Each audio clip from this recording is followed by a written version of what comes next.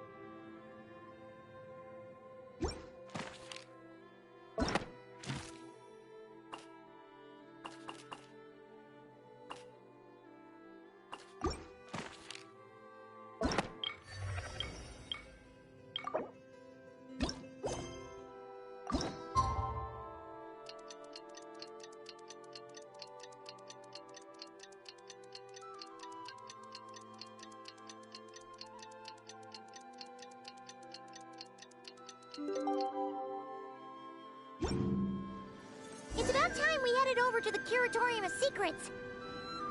We have something super important to discuss. You remember, right?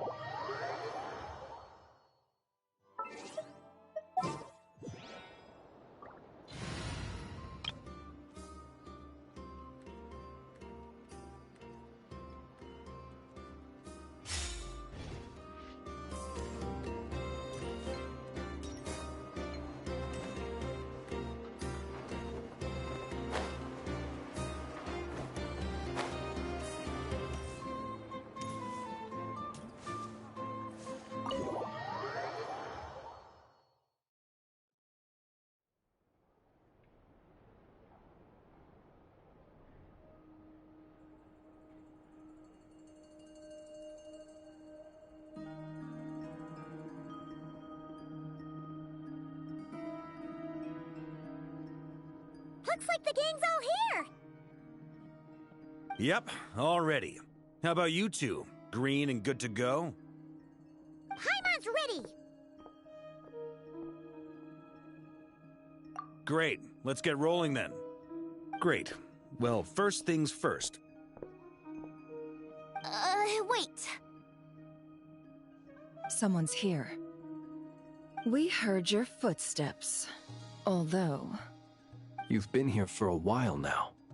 I take it you followed the Traveler, but I don't sense any ill intent in you. Come on.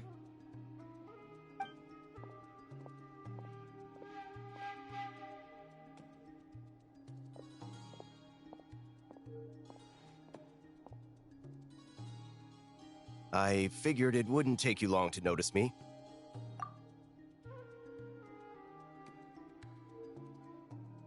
I come bearing news from my lady, the Knave. Dottore went through the motions of returning to Snezhnaya, but it was obviously a facade. However, he has not returned to the Kuvaki Experimental Design Bureau, nor has he made an appearance in Nasha Town. Well, in that case, he'll be in his lab way up north. I always wondered why he applied for his own private pad. He was planning this all along. Tell them that Sandrone and I will go on ahead. If they still intend to pursue this matter, they should meet us at the research center in the northern tip of Notcry. Nice of Columbina's two best friends to think of us. We appreciate the heads up. Our sincere thanks to the Fatui for your aid. Lady Damselette may have left our organization, but at least some of her colleagues remain genuinely concerned for her well-being. Not to mention that the Doctor's increasingly cryptic conduct gives us great cause for alarm.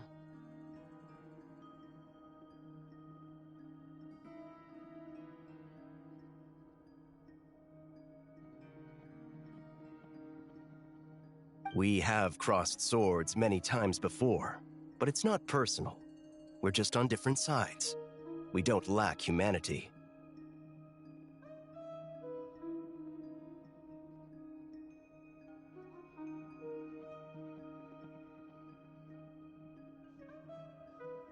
And so, as fellow friends of Lady Damselette, it's only right that you should be in the know about this.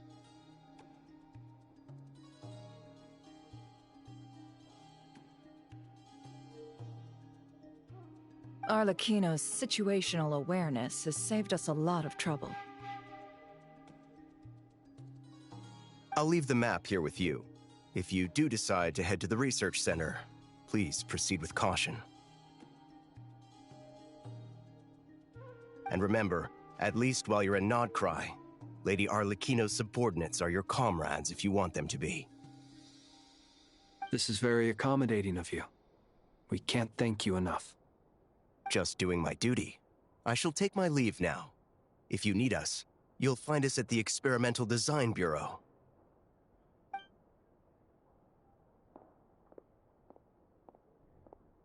So, the doctors left the Experimental Design Bureau and headed to some research center up north. Marionette seems to think he's been planning this for a long time. But when did it start? Before he even arrived in Nodcry? It seems his loyalty to the Tsaritsa is lip service at most. Behind the scenes, he may even be working against her. Whatever his motives, we know that he's decisive and incredibly ruthless. Facing him unprepared would be a recipe for disaster. At this stage, it's difficult to predict his next steps. I suggest we split into 2 groups. We need some people to stay behind and guard Nasha Town. Well, as much as I'd love to help, infiltrating research labs isn't really my area of expertise. But at least take Cool Your Jet's Ducky with you. It should be some help during the battle. And as for Miss Inefa, I suppose you will stay to protect Miss Aino? Detecting operational logic. Protect Aino. Priority. High. Just in case, Servarka, I think it would be best if you stayed behind as well. You can leave the research center to us. I mean, I would have said the Knight of Berea should probably be out on the front line, but okay, fine. Leave Nasha Town to me. Be careful out there, okay? If things get out of hand, fall back right away. Yehoda will be on hand to assist you. In my absence, she can handle any intel gathering work. You got it, boss. You guys make sure to get back here in one piece, all right? We will. Things are moving fast. We'd better head off soon if we hope to keep pace.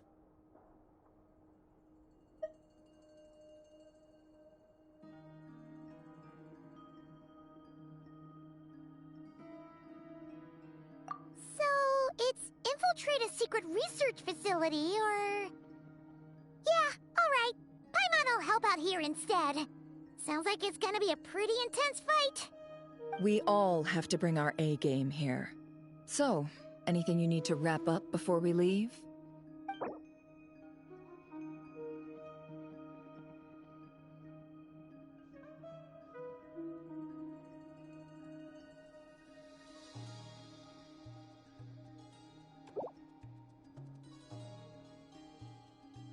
Then you'd better get going. Very well.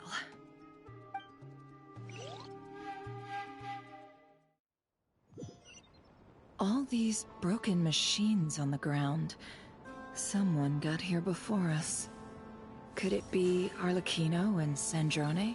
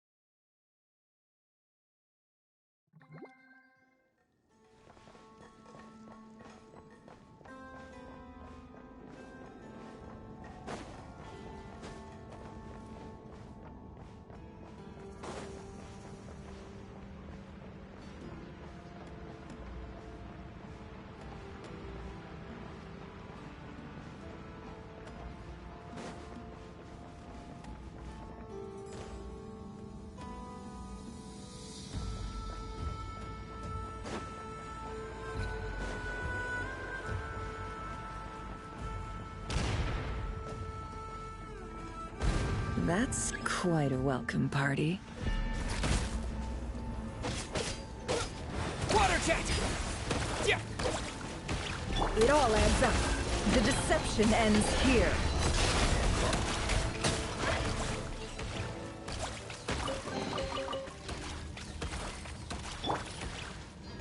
Water jet!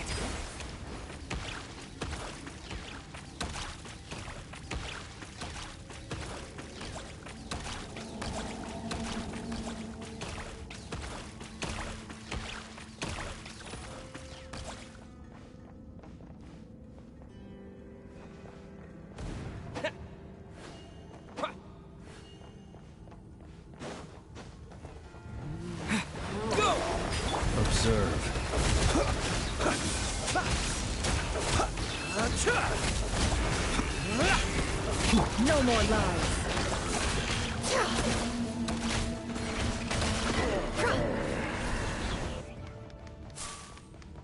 Get back! I said get back! Do you hear me? Why isn't it working? No! Don't come any closer! Don't!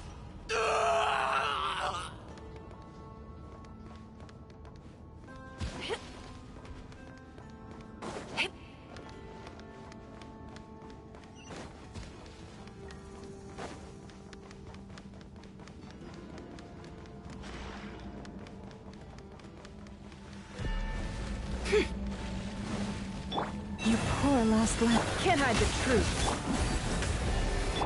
Go! It all adds up. You poor souls. May your spirits find peace. Grab that key on the ground. We'll probably need it at some point.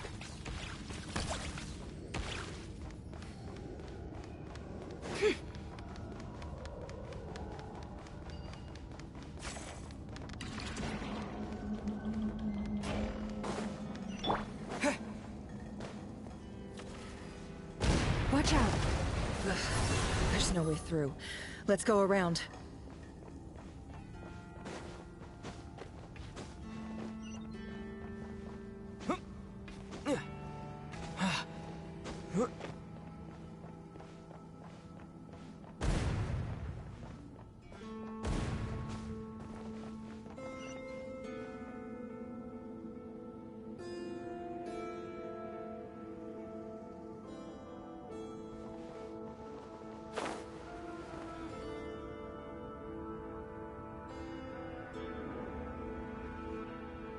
What the? Trespassers? Here? What's wrong with you people? We're looking for the doctor, and we understand he might be here. I see you're fleeing the facility. You looking to settle a score with a doctor? Good luck with that. I don't think you have many chances left. Perhaps. But you might have a chance to live if you start talking. 2 other Harbingers had the same idea as you. They're already inside. But what good is it gonna do? The doctor wouldn't do something like this unprepared. Seems to me that you're not too thrilled about being his subordinate. Also, is it just me, or do I sense monsters nearby? If you'd prefer their company to ours, that can easily be arranged. We need to know what the doctor is up to. Please, if you know anything at all, tell me. This is about more than us versus the doctor. His actions could have consequences for all of Nodcry, and perhaps even your homeland, Snezhnaya.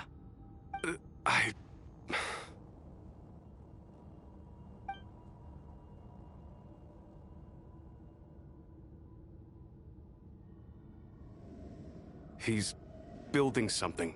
Ambitious doesn't even begin to describe it. Feels like this could be the big one. God knows how long he's been planning it. A while back, he told us he'd be returning to Snezhnaya. We weren't expecting him back so soon. This time he brought some gemstones with him, or something. 2 of them. The moon marrow spheres. He stole them from their rightful owner, Columbina. Oh, Lady Damselette? Last I heard, she left the Fatui. Before she went, she told us she'd finish what Her Majesty asked of her, and wished to focus on some personal matters. I remember thinking that leaving us might not be the best choice. I mean, I always looked up to the captain the most, and... Back when this all started, the higher-ups dispatched 3 units to Nodcry to execute their plan. They were led by the Doctor, Marionette, and the Damselette, respectively. I was a part of the Damselette's unit to begin with. She never really interacted with us much. In fact, she seemed sort of detached from everything. Not because she was distracted, just felt like she was indifferent to the world around her. Like she had no stake in anything that happened. She always seemed like she was staring off into the distance. Almost as if she didn't see anything worth living for in the present, so she had to look further afield. That's right. She always used to stare up at the sky. The doctor used to stand nearby and watch her. Apparently they got along well at first, but somewhere along the way, she grew wary of him. Started avoiding him as much as possible. After she left, everyone in our unit merged with the doctors. He's similarly indifferent to the world, except when it comes to the moons. He seems to have big plans for them. Right now, obtaining the 3 moons is his #1 priority. He even said if he can only get his hands on 2 of them, he'll create a 3rd one himself. How would he create an artificial moon marrow? Maybe the knowledge he gained from the Hyperborean phantoms has something to do with it. Thank you for cooperating. We appreciate the level of detail. I get the sense that you'd serve under Columbina again if you had the chance. Would that be fair? No, she's no longer a harbinger. As a member of the Fatui, my loyalty will always belong to the Tsaritsa. I'm only telling you all this because I don't completely trust the doctor. His actions do not align with the goals that first brought us to Nodcry. I understand. We'll do everything within our power to stop him. The Knave's unit is based at the Kuvaki Experimental Design Bureau. Maybe you can seek refuge with them. Well, now we know what's going on here. Artificial moon marrow. He's likely well on the way to completing it. Dottore's technological capabilities are far more advanced than I thought. I fear this could get ugly. Everyone, prepare yourselves.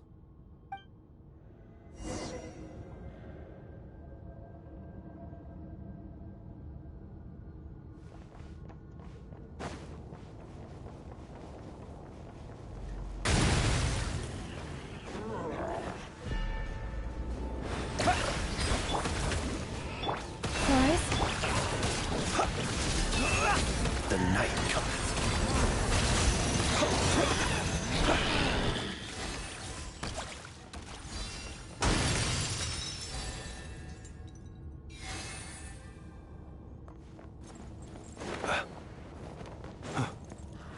Leave this.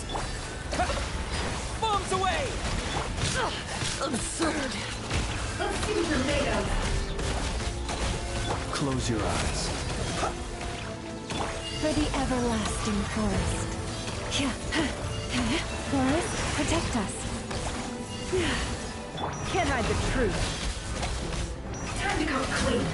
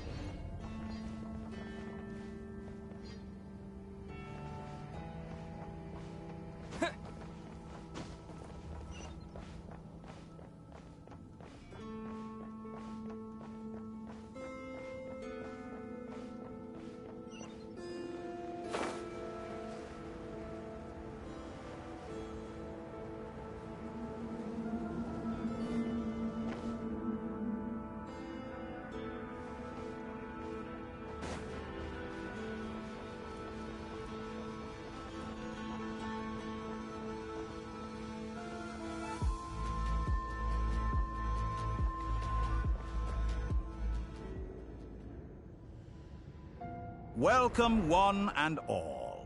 I've been expecting you. I hope my humble research facility is to your liking. Yeah, we really appreciated fighting our way in through a horde of monsters.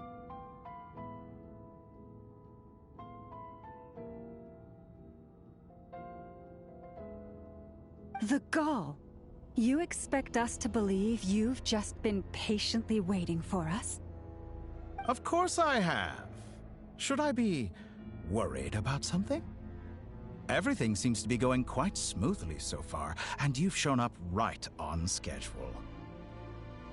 First Sandrone and Arlecchino, now you. Ah, quite a surfeit of guests I've had today. If you were looking for them, I should probably mention that Arlecchino disappeared as soon as she entered the facility. As for Sandrone, why, she stood right here only moments ago demanding answers from me at the top of her voice. Hardly out of character. She never was one for basic courtesy. But I have to admit, I was a little surprised to see her showing concern for someone besides herself. Does everyone you associate with undergo such a change in temperament? Speaking as a researcher, I have to say, it is not a change for the better. It threatens one's ability to remain objective. Well, since you ask... So you've got your hands on the moon marrow, and now you're claiming godhood.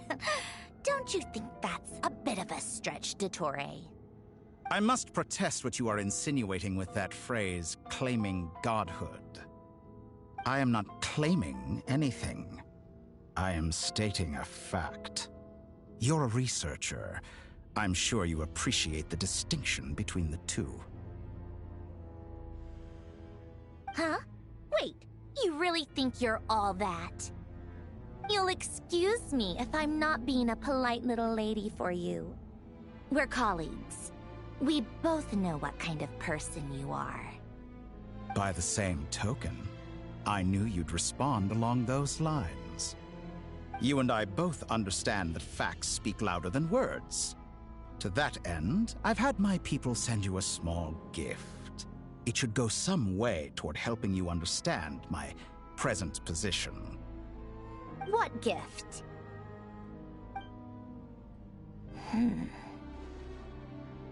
Where have all your troops gone? Who knows? Perhaps they are already marching toward a new world, following in the footsteps of an unknown god. As vulgar and arrogant as you may be, dear Sandrone, I have no intention of taking out my displeasure on your subordinates. They will enjoy equal rights to my own. You sent your people to the Experimental Design Bureau? That's the Tsaritsa's property. Yes, and I am very mindful of Her Majesty's instructions. But you know full well that they do not conflict with my present goals. In which case, all I'm doing is conducting another one of my experiments. Is there a problem with that? Now then, you have a judgment call to make. Am I simply lying to stall you? Or is it possible that every word I am saying is the truth? In which case, your subordinates really are in danger. So now you've turned on fellow Fatui soldiers. You're completely insane. I have set a new rule for myself. Each person gets one chance. Naturally, that includes you, Sandrone. If you wish to leave, I won't stop you. We are colleagues, after all. Scumbag!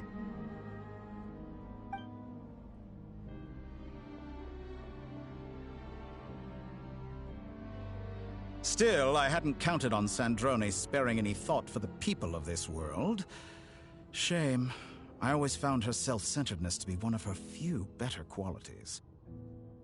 How can she ever hope to achieve greatness when she's so obsessed with protecting her little design bureau? It's more than a little disingenuous to speak of achieving greatness while taking hostages. Or does honor no longer mean anything to you? Honor?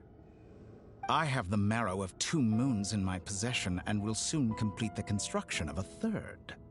I will be the god of a new world. And you speak to me of honor? How charmingly naive. Those are sacred relics. You do not deserve them. In my view, many in this world do not deserve to be alive. And yet, I mercifully permit them to go on living, do I not? You'll come to regret your actions.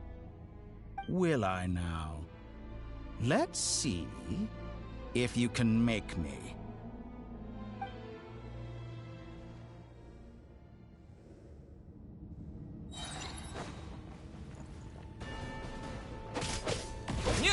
You won't feel a thing. Yeah. With one heart, we pray. The long sleep beckons.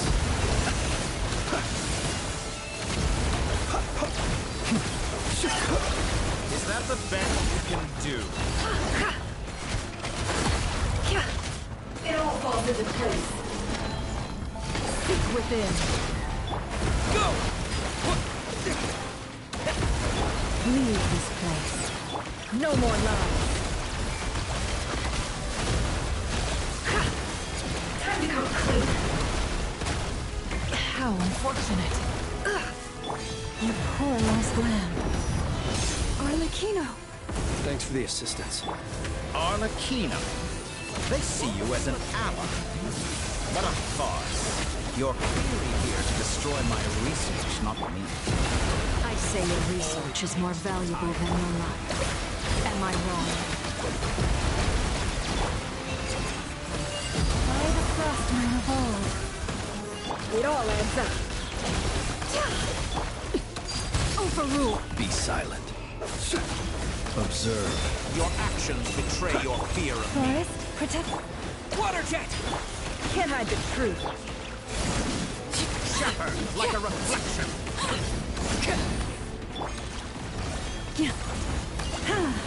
Be silent. Leave this. Go! No more lies. Let's see what you're made of. For the everlasting forest. The night cometh. Target acquired. Yeah! Bombs away! It all adds up.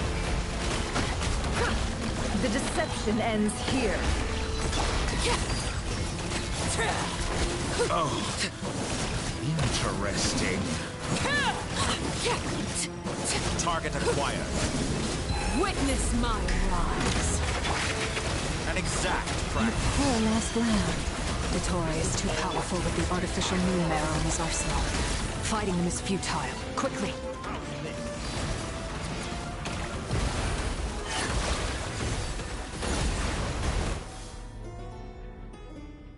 Let's go. I've always thought it is wiser to flee than surrender.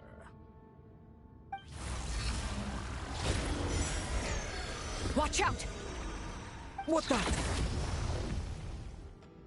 Forget about me! You should... Where's the traveler?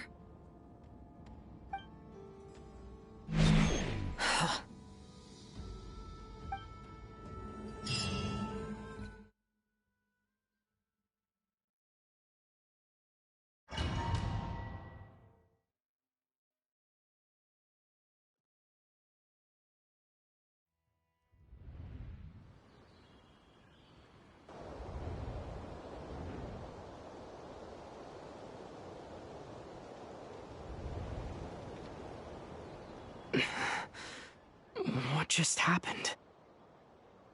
Nasha Town? How did I get here? Strange. I remember being trapped by Dottore during the battle.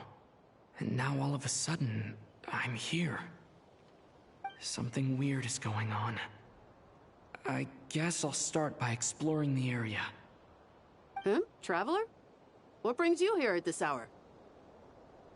Huh? What are you in the mood for today? A hot dog? Or something else? We've got some special discounts at the moment. Want to see the menu? Sorry, I'm not hungry right now. Ah. Well, feel free to take a seat for now. Let me know if you change your mind. Everyone seems to be acting normal. Am I just overthinking? Oh, darling, look who it is. One of our regular customers. Get the traveler something to eat, would you, dear? Wait, why is he talking like that? Well, I'd love to, but can't serve a customer unless they order something. Anyway, I take it your business is wrapped up? Yes, thankfully. It was a long trip, and it's left me feeling pretty exhausted. But the upshot is, I won't have to leave again for a good while. We can have some quality time to ourselves. Wait, these two are a couple? I see some kids around too. I didn't know they had a family.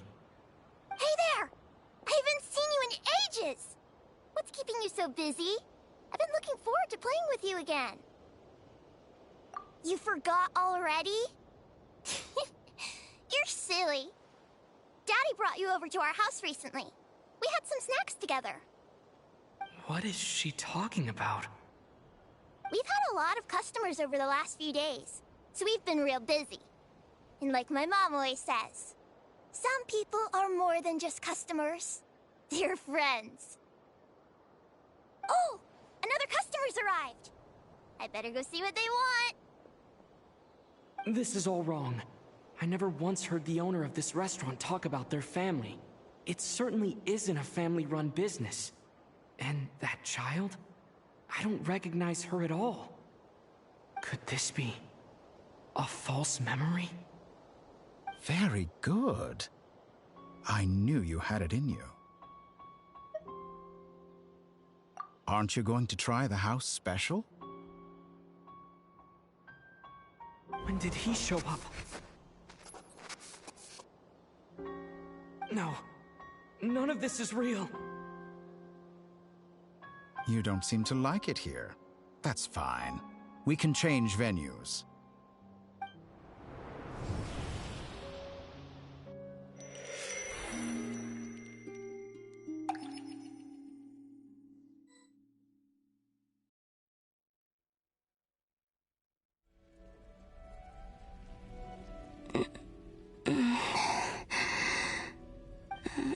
I'm still alive. Where is this place? It took all my strength to open the moon gate, and then I leapt into it. So this is the moon's reflection? The mysterious realm beyond the gate?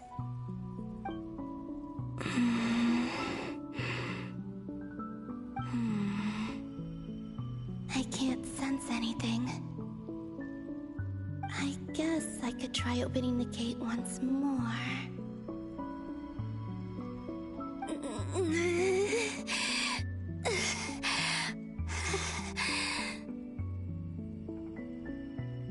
No response. Maybe this space can't be opened from inside. If this was the space that killed both Revier and his lover, then why am I unscathed? Or... no, I'm not unscathed. Even the air here feels frozen in place. There is nothing here with which I can restore my power. I should conserve my strength and proceed with caution.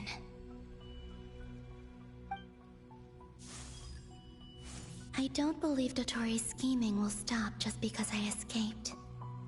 If there is any chance that I can get back to the others, any chance at all, I must return.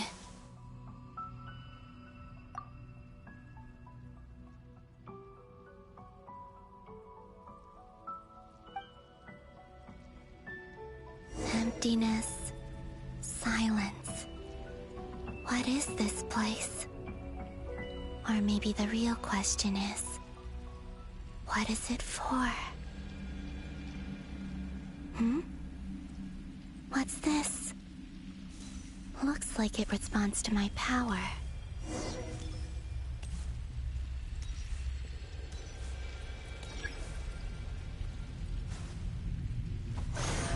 Golden. Like Kuvaki. Is it some sort of guide? And why does it feel so familiar? I might as well follow it.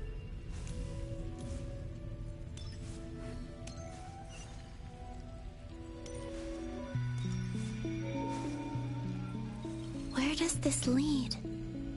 Could it be the exit?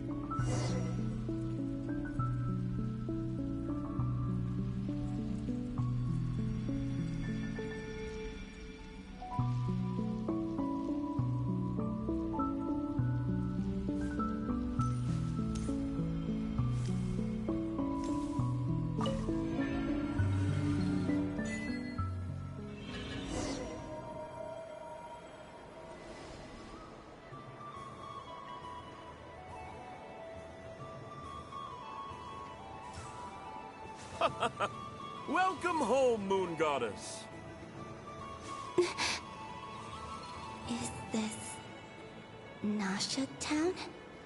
But isn't Moon Prayer Night over already?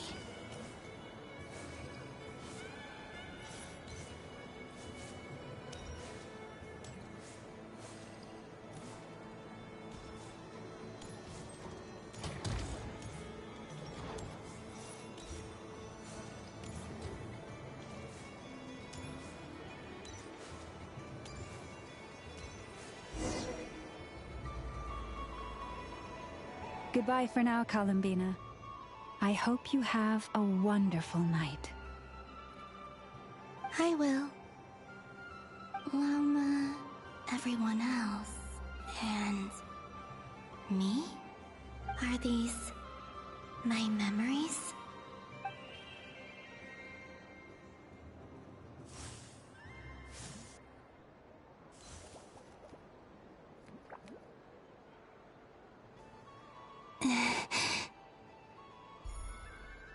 I can't touch them.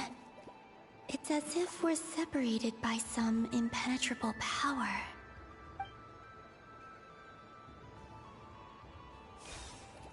Over here! Over here!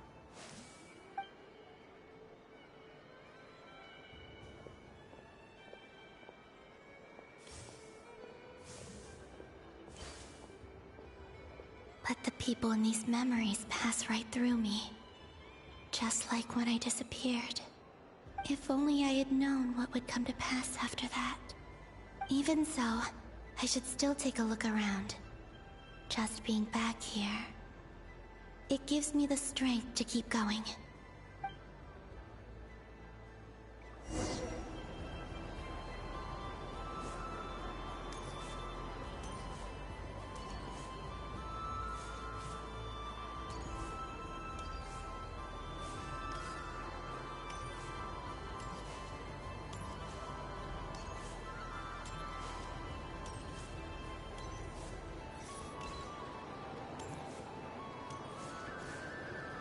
Welcome home, Moon Goddess. Oh, you're the genuine article. Alice was right. This Moon Prayer Night was worth watching after all.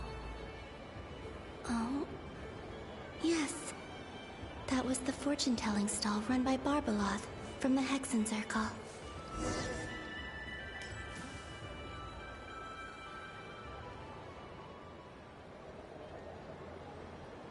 Please, draw the first lunar arcana. This represents destiny and is the foundation for the divination as a whole.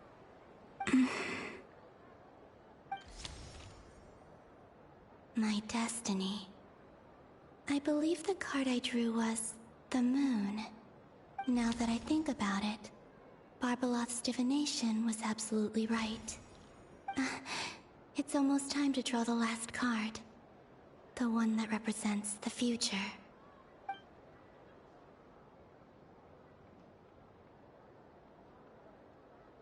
That was the card that popped out on its own.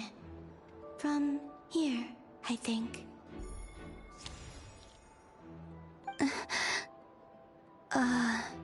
Kuvaki Pulse? What? Fascinating. I've never encountered this before in my role as a diviner. What's going on? Did that card leave the deck? Because of my influence? All I did was try to touch it, and then... Maybe this memory space is not untouchable after all. Are there weak points in the barrier? Or... is it possible that there's more to this space than my memories alone? This card is death. I need to get to the bottom of this. I'll try touching something else.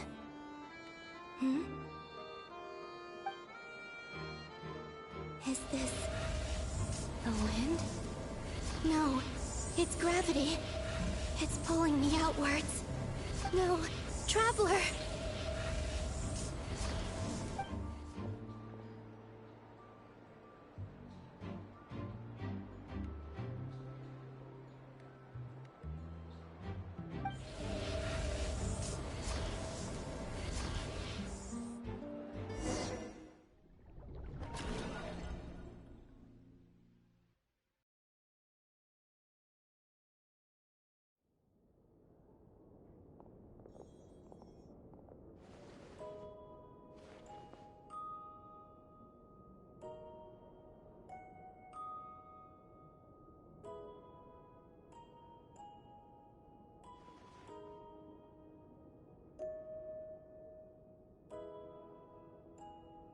Paimon, listen to me.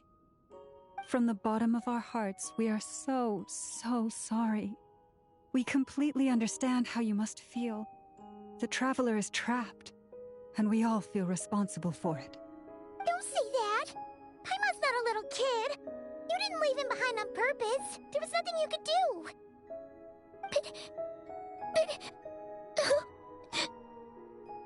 He's all alone in there! What if something happens to him? What are we gonna do then? We've barely spent any time apart since we met. Is he gonna die? We must find a way to rescue him. We were all involved in the operation where he was captured, and we do not abandon our comrades. That being said, it won't be easy. Through conversation with the others on our return, we've arrived at a basic idea of what we're up against. Dottoro's lab has clearly been in operation for a lot longer than we realized. We found many monster samples stored there. In all likelihood, they were materials he used to research his latest technology.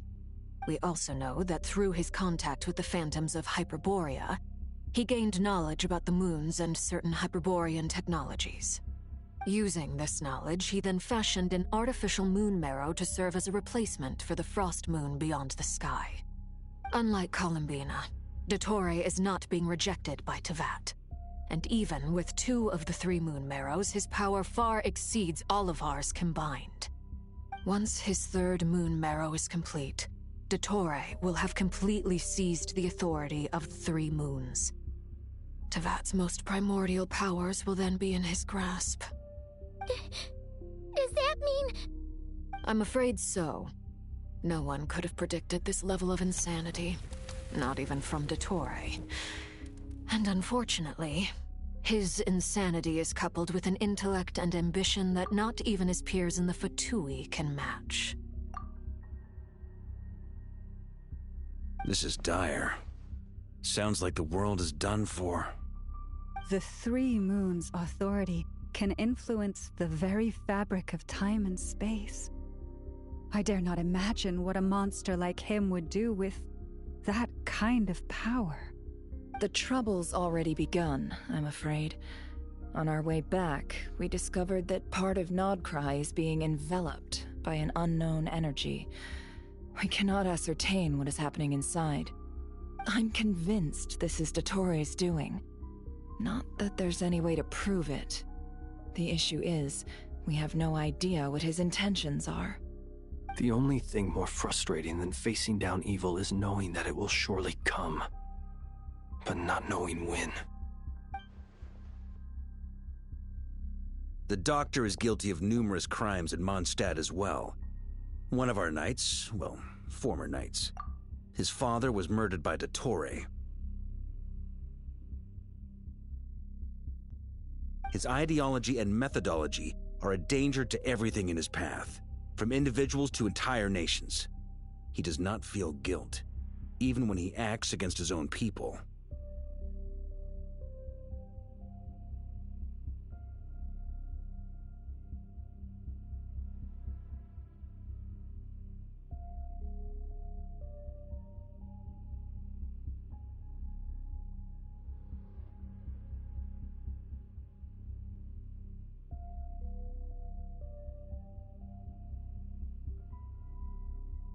He doesn't see them as his own people, that's why. People like him see everyone else as beneath them.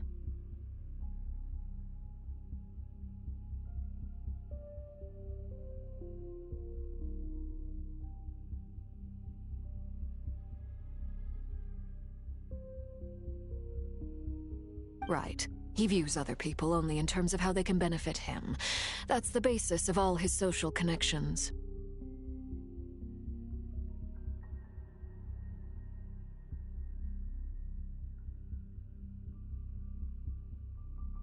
Granted, he's hardly the only harbinger to pursue their own interests. We all do. And Her Majesty is gracious enough to permit it. Still, her mercy has its limits.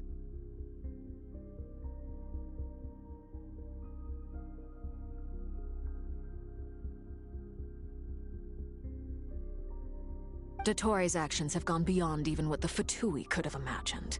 Usurping divine authority to become a god. For a servant of the Tsaritsa, that goes beyond being disloyal. It's treason of the highest order.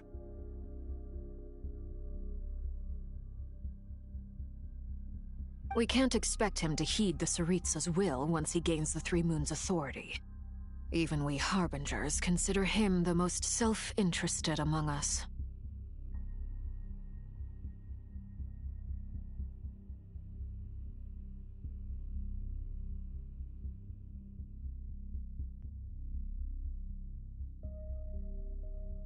Poor Traveler. Of all the people to get caught by... We have to go save him right now! Please! We gotta find a way!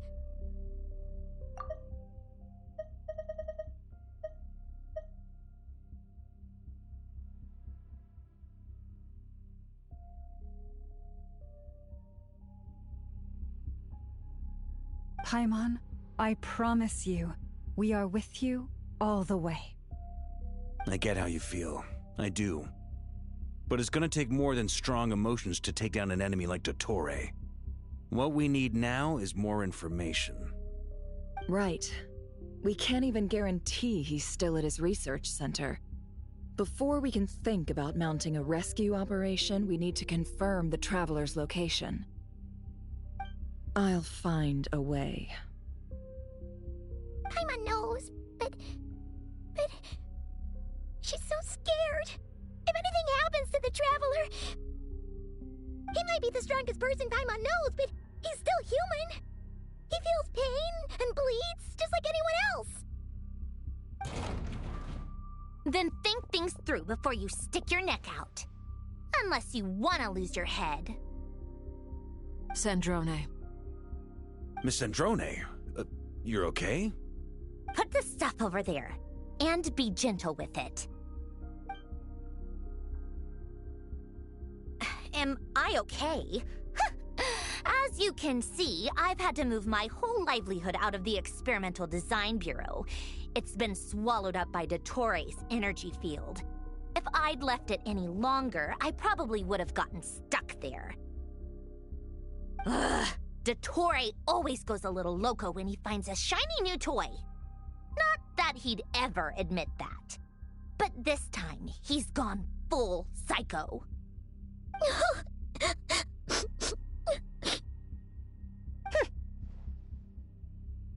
Just go ahead and cry already. Sorry. Paimon's not trying to make it seem. It's just... She can't. Oh, Paimon. Let it all out. There's no shame in it. When you're overwhelmed by fear and despair, crying can help get it out of your system.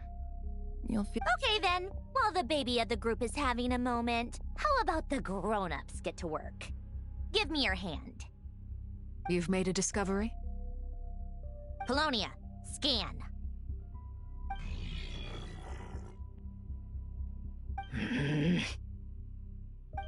You, hand, now. Oh, I thought you'd never ask, my lady.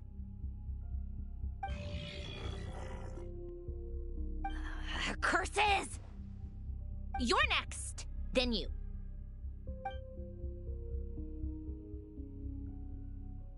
Dottore, you son of a... He's done something to us! Everyone who entered his research center has been implanted with some sort of curse. I don't feel anything unusual at the moment. Does that mean it hasn't activated yet? Is there a way to figure out its purpose and what might trigger it? My best guess is Dottore created it using the Moon Goddess's powers. 1 second, analyzing. Ugh! That friggin' maniac! So, what twisted game is he playing this time? The moment I analyzed the energy composition, some encrypted text appeared in my mind's eye. And when I deciphered it according to the Fatui's standard encryption protocol, I got the following message. Feel free to run, or you will perish in nod cry. He's mocking us. Yup, he loves to toy with people. Only in this case, there might be more to it. But I didn't detect any murderous intent or malice either in the message or the curse's energy. As if this is him at his least malicious. Or perhaps all people are cowards in his eyes. Maybe he thinks the threat alone will be effective. What a despicable person. And he has the Traveler in his grasp. If I may, as unhinged as Dottore may be, he has always exercised great patience with the objects of his interest. I remember a comment he made when we first arrived in Nodcry. He said, "This world is, on the whole, an exceedingly dull place. But at least there are a few intriguing features, such as the gods, or the Traveler. Presumably, they interest him because they're unknown quantities. He wants to understand as much as he can about them." Agreed. The Traveler is Tevat's fourth descender. All Harbingers are aware of this. Since Dottore took such pains to capture the Traveler, he is unlikely to kill him right away. Okay, but we still have to do that rescue operation. Of course. I also think we need to read between the lines with Dottore's message. If he's encouraging us to run, that means we mustn't leave Nodcry under any circumstances. My guess is, his curse will only trigger if we leave.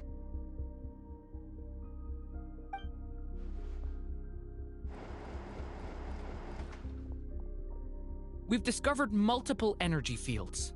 Albedo is still attempting to analyze their structure. He told me to report back first. Each field is slowly growing, swallowing up more of the surrounding area in the process. And the pace of their expansion has increased since we first examined them. He's probably trying to swallow Nodcry whole. His nefarious ambition knows no bounds. If this continues, the whole of Tevat will be in trouble, not just Nodcry. The loss of Columbina could not have come at a worse time. Do we think she's truly gone for good? She entered the space beyond the Moon Gate, knowing what became of Rerir and Thalindus. I'm sorry, but I fear the odds aren't good. Don't be ridiculous. If I know her, she's busy finding a way back as we speak just so she can annoy me. She isn't dead. Whatever has become of her, the fact remains that we are two comrades short on the eve of a decisive battle. We need to find out the Traveler's location, but there is also other work to be done. Agreed.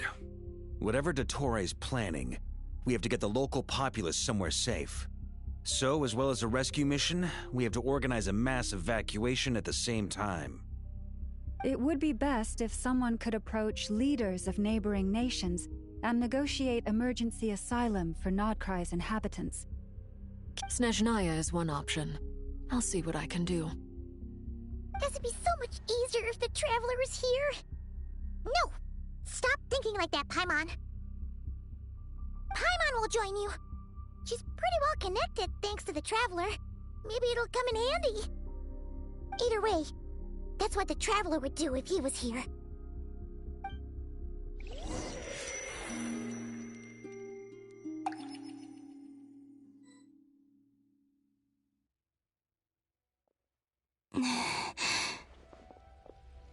Back here again.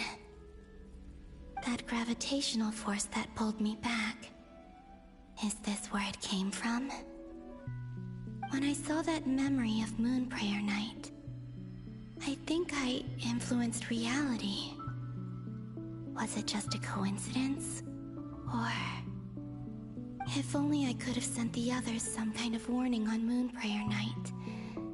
Maybe we could have stopped Dottore.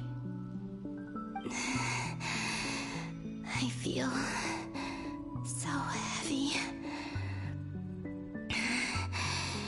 Does entering that space consume a lot of energy?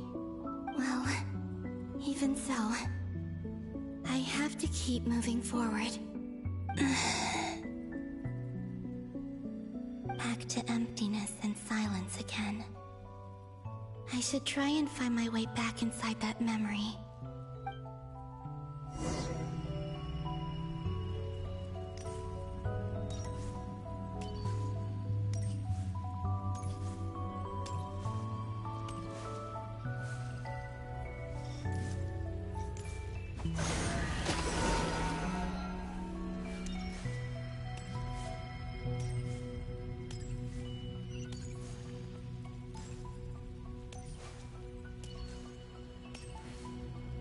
The entrance from last time isn't showing up.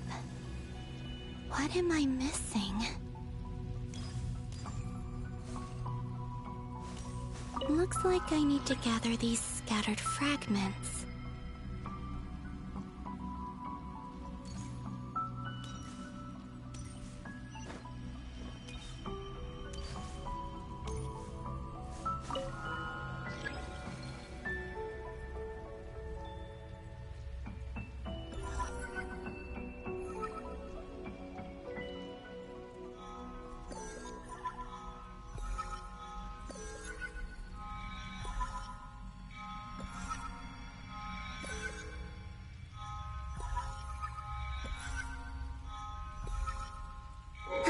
It worked! Hopefully I can stay inside for a bit longer this time.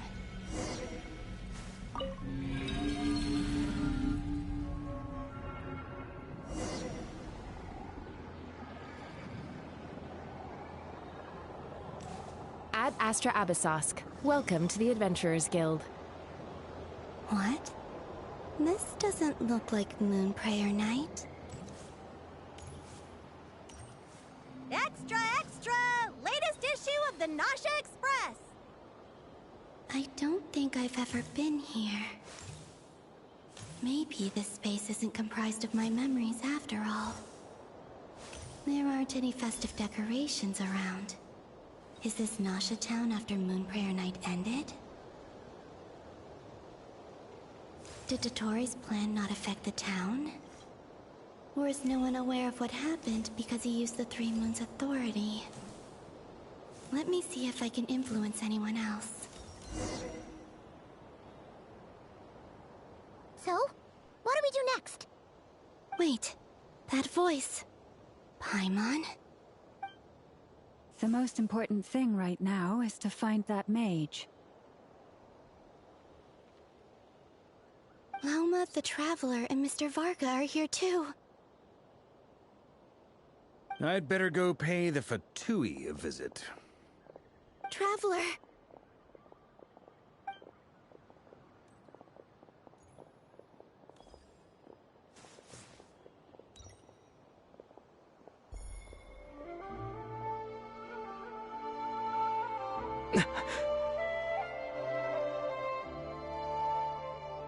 Columbina? I made contact. It's me, Columbina. Huh?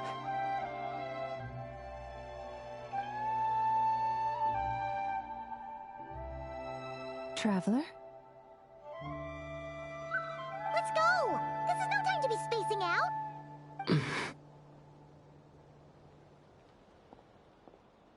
Huh? Wait a moment. This has happened before. This is what happened when I disappeared.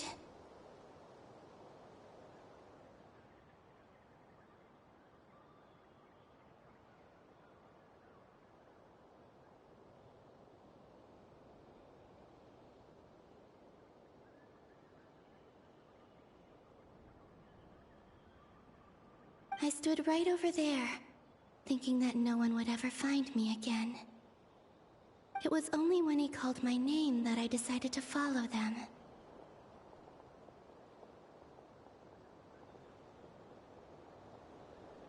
But did he turn around because he sensed my touch just now?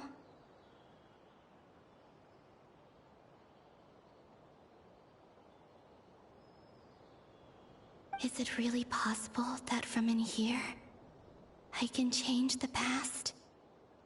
If I keep following them, maybe... Huh? It's that gravity again.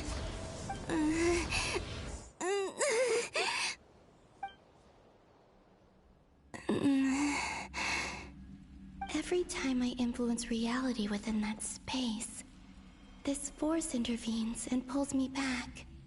It's as if it's trying to stop me from leaving.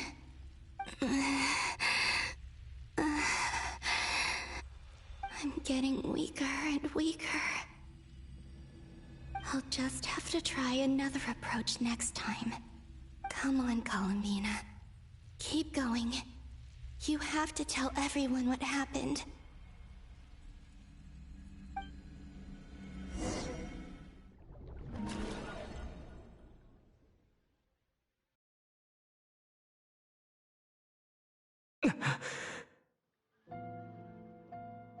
Suddenly, I've been plunged into darkness. Alone. It feels strange. As if something has grabbed hold of me. Is Toray now powerful enough to interfere with space itself? Look at you, standing so still in total silence. I almost didn't recognize you. Hello there, traveler. He seems to be in a good mood. Wait, what's that behind him? Ah, so you noticed. This is the completed Trilune. 2 primordial moon marrows and 1 artificial specimen. You are wary of it. Good. Maintain that reverence. You performed well in that recent battle. Brave and reckless as always. Courage is the sign of a true hero, and impulsiveness is the hallmark of those who strive to advance. I say this not to belittle you. Most creatures are far more timid by comparison. 3 moon marrows? Does that mean the artificial one is now complete too? Well spotted. What do you think? For a replica I built myself, I dare say it looks the part. Dottore, are you planting illusions in my mind?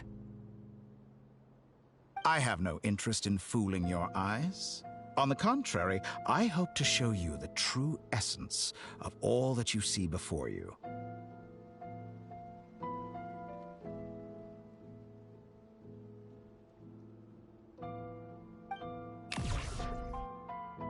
Is this not a beautiful city?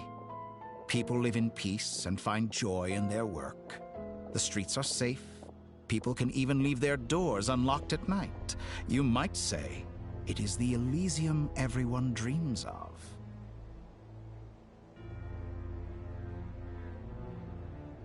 All available data indicates your values and worldview conform with the mainstream. This kind of society should be quite to your taste. False beauty is deceitful. Lies are to no one's taste. I wonder, is it your moral standards that are too high, or your expectations of reality? Answer me this. If someone existed in a sweet dream from the moment they were born, a dream in which they never once felt pain, which do you think they would consider superior? The dream or the reality? That's pure sophistry. It has nothing to do with your actions. As I suspected. You have yet to understand all of this for what it really is. What do you want from me?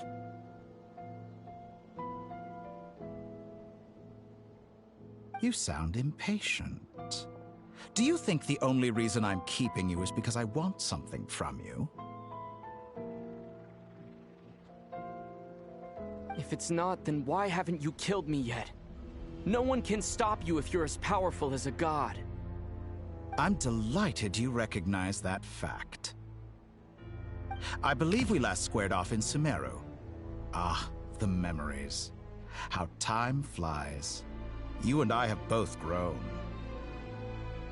I'm not surprised that Arlecchino and Sandrone worked with you. You've always a way of slowly but surely ingratiating yourself with all levels of society. People laud you as a hero, but I suspect there's more to it than that. Oh, but to be clear, I don't say that to flatter you. Do you always give your opponent an appraisal before you deal the final blow? Call it a long-time habit. I'm a researcher, and one of my duties is to give an objective assessment of my subjects. But you misunderstand. We are not opponents. Not at this moment. I just want to talk. Think back to Tartaglia, Arlecchino, Capitano, Colombina, and now even Sandrone.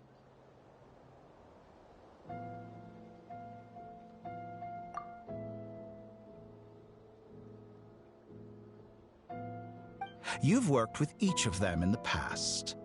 I believe you can work with me as well. What makes you so sure? Well, why not? Should the good associate only with the good and the bad befriend only the bad? I like to think we could have a more mature relationship than that.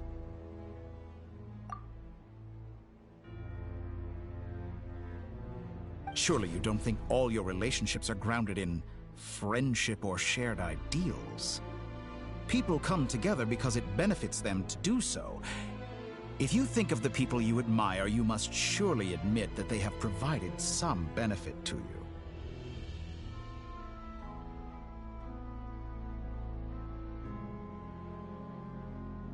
Morality, ambition, dreams. People have plenty of words to embellish the nature of their relationships. But once you break free from those ethical frameworks, you will see that the only thing connecting the two of you is mutual benefit.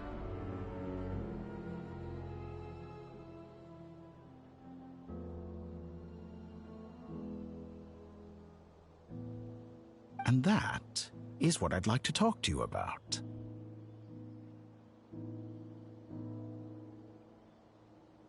We're finally getting into it. He's probably been planning to kidnap me for a long time now. But for what exactly? He has the authority of all three moons.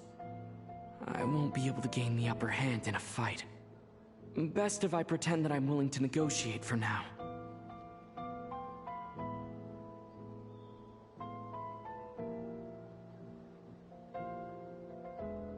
You say you're a god, but you also speak of mutual benefit. What could a god want that the three moons cannot provide? Excellent question. But before I answer, I would ask you the same thing.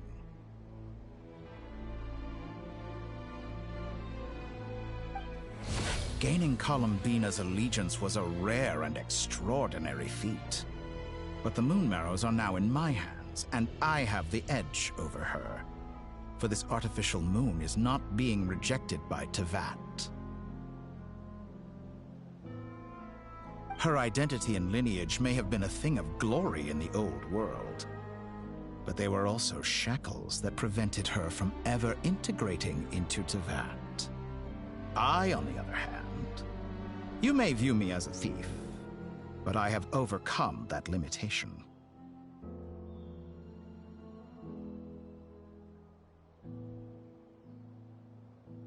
So what is it that the three moons cannot grant you?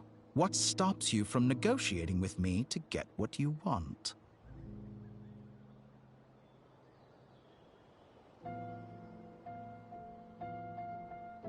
I don't make deals with lying psychopaths. That's quite an accusation. Are you expecting me to get angry with you? Well, this is one aspect in which my personal growth has served me well. In the past, my less mature self might have been disappointed, perhaps even angry, over a small setback like this. Like when you and Lesser Lord Kusanali joined forces to oppose me, for example.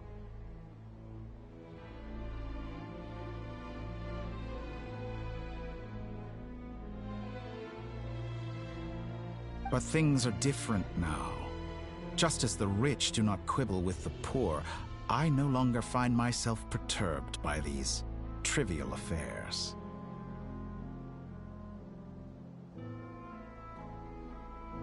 Human relationships end with conflicts of emotions and interests. But relations between humans and gods are different. And ours is even more unique.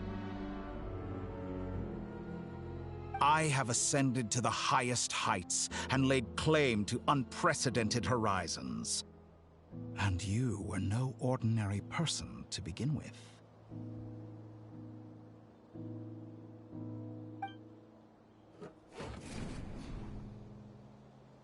Allow me to show you the world, Descender.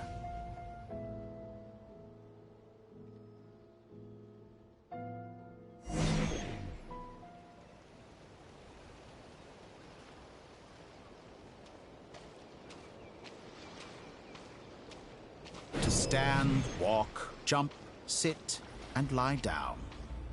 These are the most common of behaviors.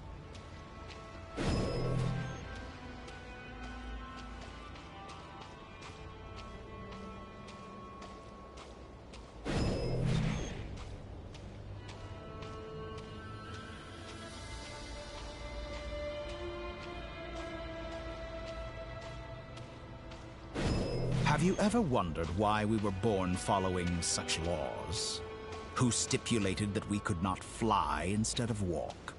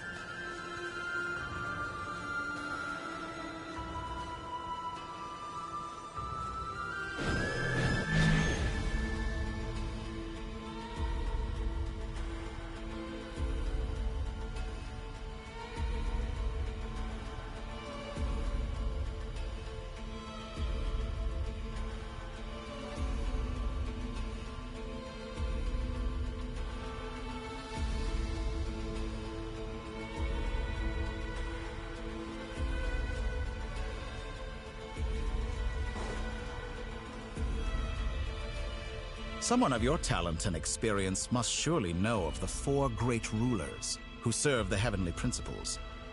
They govern life, death, time, and space. One wounded by a blade will die from blood loss or infection, and one who falls into a lake will drown in agony. The elderly wallow in solitude, and the solitary age faster.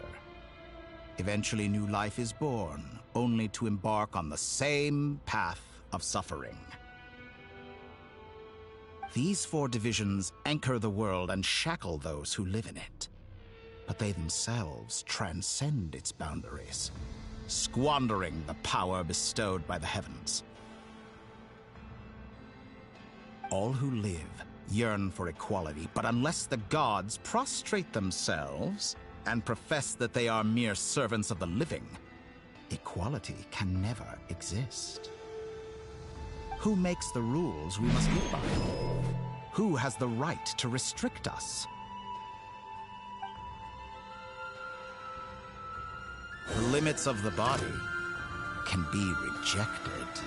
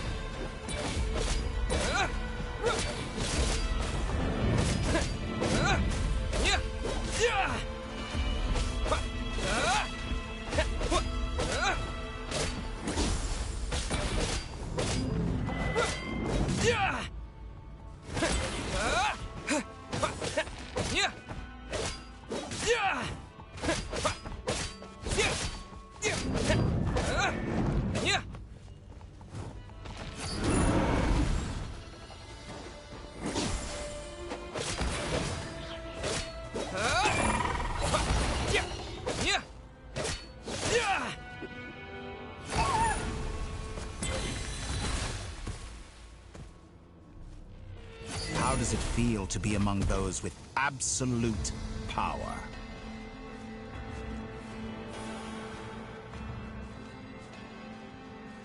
You cannot conceive the extent to which your flesh hinders your mind and spirit.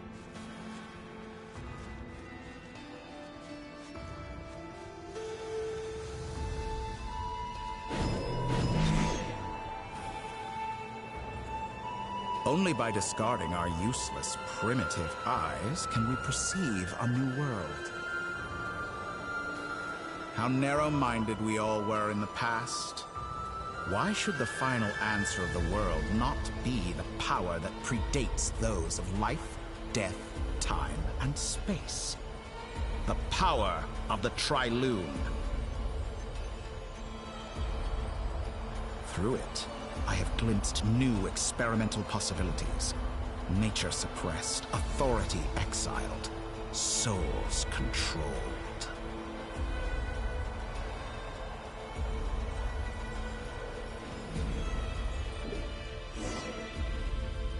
You know, I heard recently that a group of critics reviewed countless stories and drew an interesting conclusion.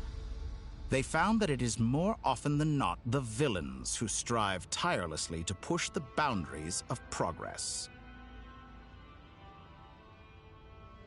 In fact, long before this, someone voiced a similar idea in an academia editorial.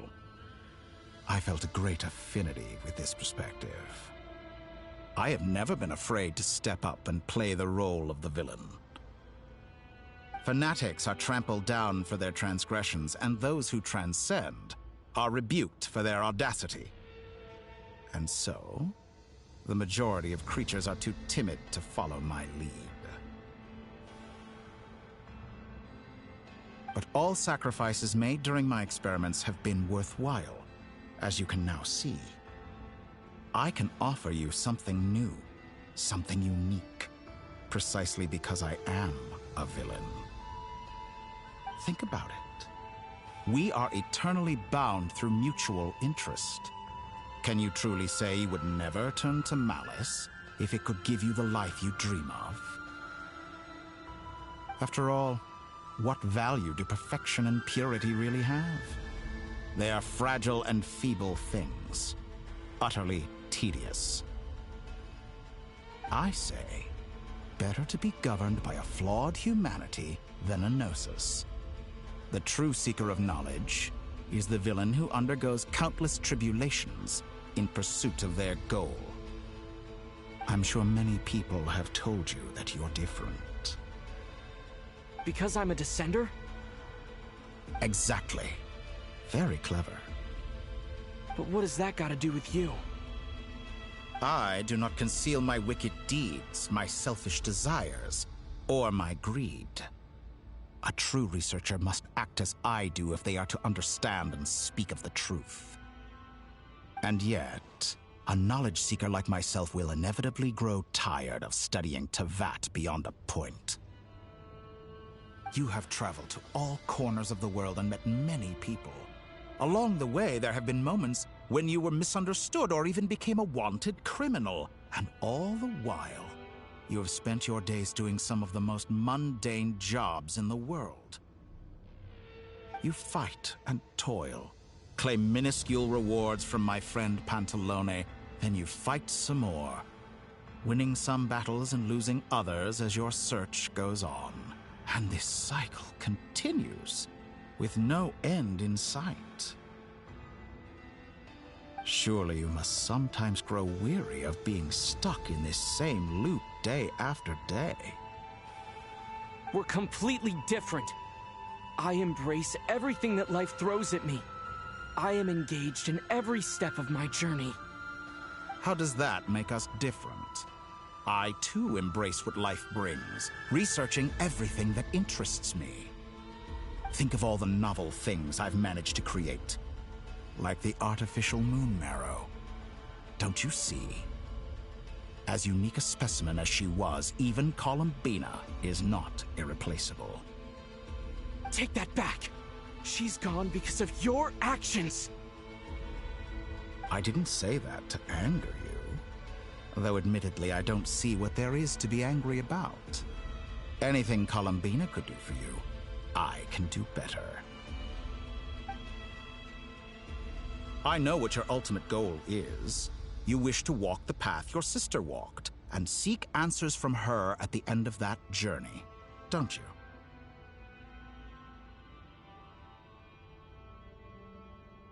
Someone like you could never understand what it feels like to care about another person the way I care about her. Perhaps not. But that doesn't mean I can't help. I could find your sister right now, bring her before you, and make her give you the answers you seek. Don't be so presumptuous. You'll never begin to understand the situation between us. Oh, no. This is no presumption. I'm only offering what I know is possible with the power of the Trilune. But it seems like you would sooner continue with your journey through this world. Why? Do you truly desire this journey? Or is it simply a necessary process from which you cannot escape? Think of all the time and energy you have spent, everything you've had to endure just to make it this far. Is this really what you want? Or has your hand been forced by the promise of that final answer? Yes, you have made many friends. But do they ever spare a thought for the void in your heart and what it yearns for? What you want is not friends. It is family. But do they know this? I, on the other hand, am far more considerate. Join my experiment, and in return, I will bring your meaningless journey and all its struggles to an end. This is a malicious attempt to manipulate me. But at the same time, he's stating some very human truths. Of course he's right about my predicament. How can I deny it? I have faced ungrateful strangers, never-ending troubles, an endless quest for answers. I want to see her. After everything I've been through, words can't describe how much I miss her. How much I want to be reunited with her. Wherever you are right now. Do you miss me too?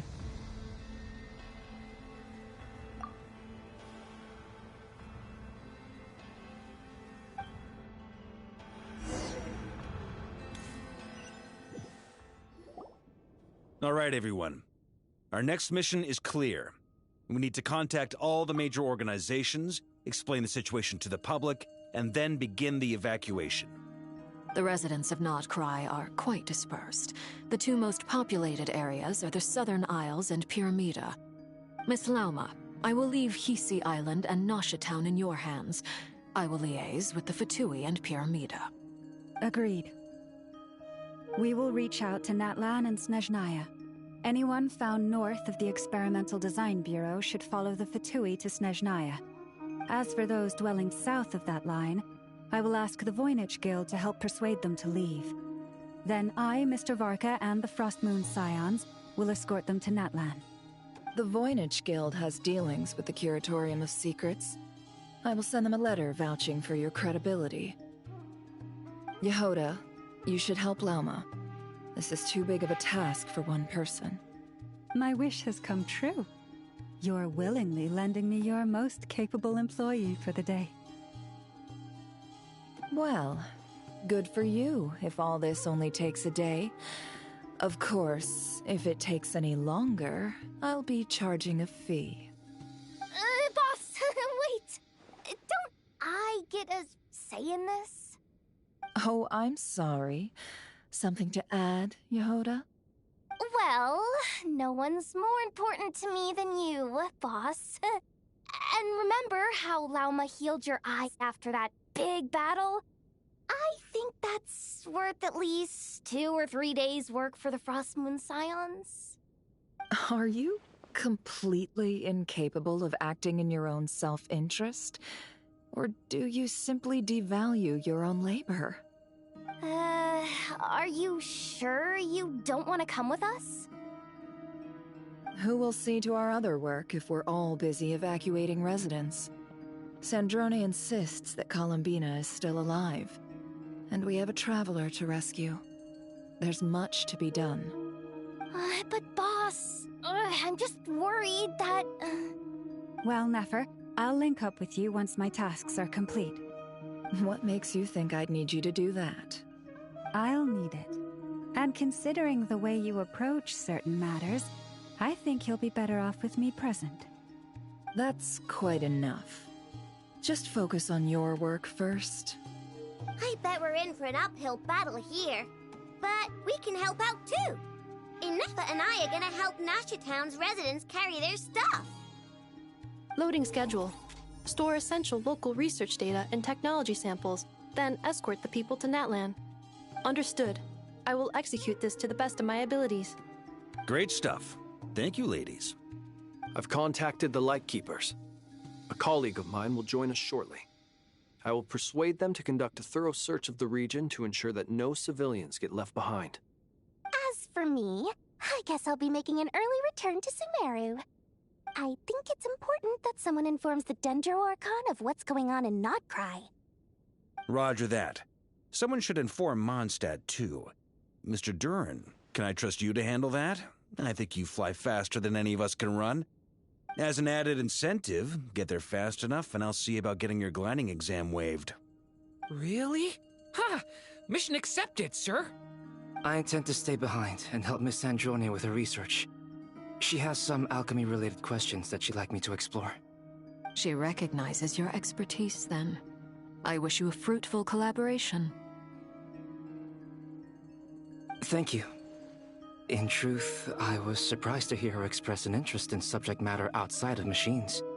I believe she has been investigating some Fontanian technology recently. She made a point of bringing the relevant materials with her when she left the Experimental Design Bureau. She's sorting through everything in her room as we speak. I should mention that we have one other friend who isn't present. He hasn't made his position in all of this clear. But if we know anything about him, he's likely investigating on his own.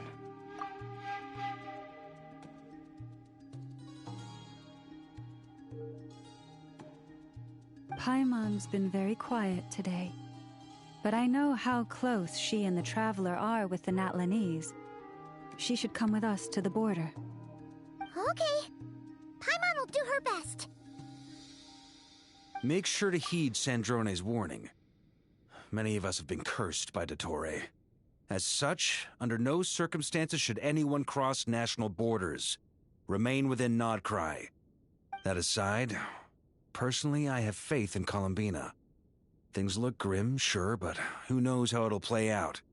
Same goes for rescuing the Traveler. Both of them are important allies and friends. We'll be counting on you to gather intel on them, Miss Nefer. Oh, wonderful. You're all here. That voice again! Nicole? Whoa, that was loud! And it came out of nowhere. So mysterious. Sorry, this is the only way I can speak to you all right now. Please accept my apology. Anyway, time is short. I'll cut to the chase. We're still facing quite a catastrophe here at the world's borders. Alice has roped in every Hexenzirkel member she can get a hold of. Except for me. She told me I had to come and help you all out as a matter of urgency. I quote, "You love talking, don't you? Well, now it's finally your time to shine.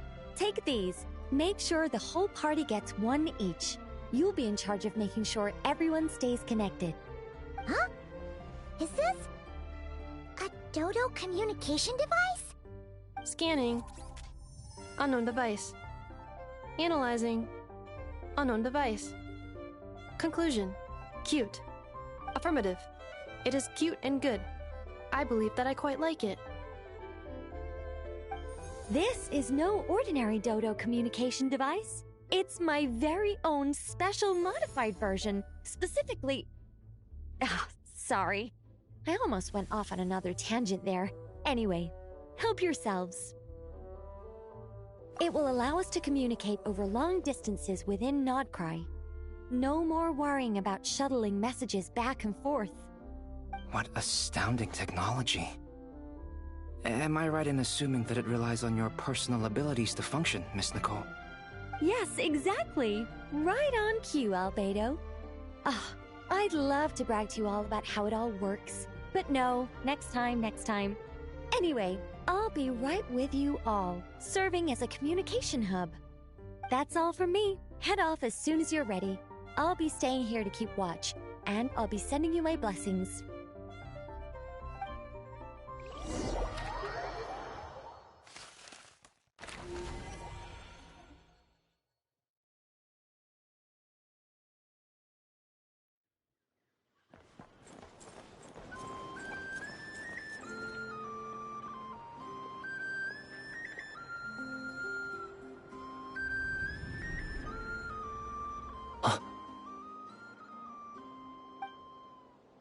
Sir Flint. Perfect timing. I just arrived myself. You are most considerate, Master Ilua. But in fact, I know you have been sitting here for quite some time. If you saw me, why didn't you say something? I was curious to see how long you could sit still for. Also, shouldn't you have managed to sense me approaching? That would be a first. You always seem to appear out of thin air without making a peep. Also, how many times do I have to tell you not to address me as Master? I don't qualify. I beg to differ. Why should a young man so well versed in social graces as yourself not be worthy of that title? Please, Lord Flint. Sir Flint. I'm begging you, don't flatter me into complacency like you do with everyone else. You understand me better than most. My newest acquaintances tell me I love complimenting others. What do you think? I think they don't understand why you do it. You just love puffing people up till they're a big, happy ball of hot air that floats away into the sky. In all sincerity, I can only hope that they bring good tidings when they come back down to Earth. Is the situation that bad? We just held a strategy meeting. Let me fill you in.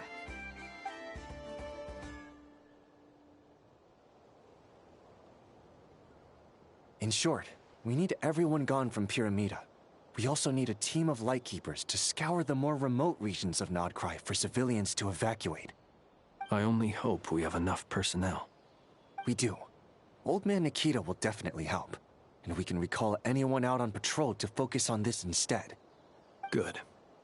I'm sure you and the others will make short work of this. Now, don't forget. Once you've completed this task, make sure you and the rest of the team evacuate to either Snezhnaya or Natlan as well. Flint? If you've got something to say, Master Ilua, why not guess what I'm thinking right now? You mentioned that you have something else to deal with later. How difficult is it going to be? I doubt it will be easy. I know you're a Lightkeeper, and it's your duty to protect others in times of crisis. But I have a feeling that you'll be walking into grave danger. However bad things have gotten in the past, Nodcry has never faced a mass evacuation before. But from the sounds of it, you don't intend to come with us. I don't mean to pry, and it's probably none of my business.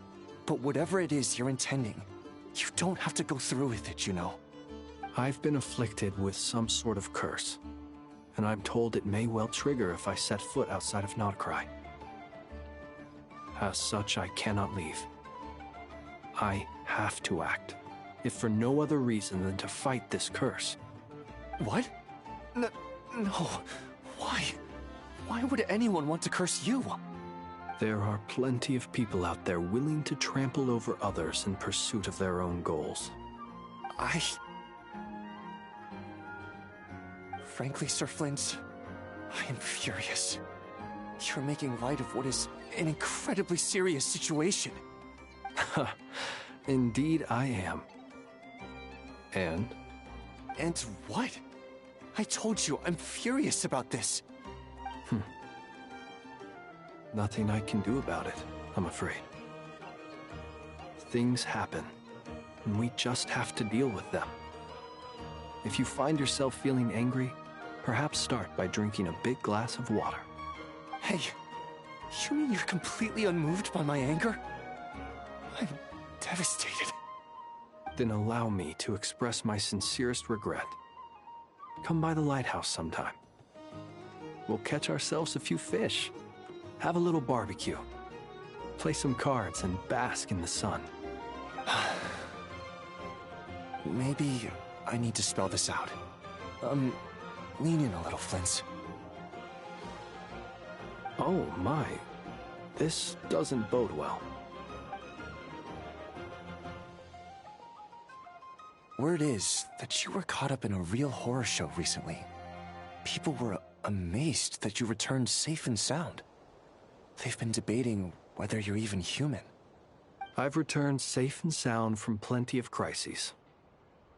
When you say people, do you mean other people? Or do you just mean you? Fine. I'll be frank. You're not human, are you?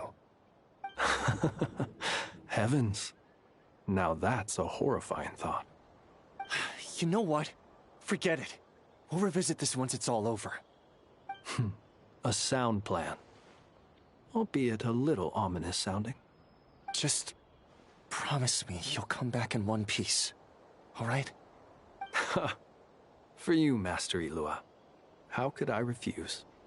Also, please pass my regards on to our colleagues. Tell them, thank you all for your assistance. Please put safety first as you proceed with the operation.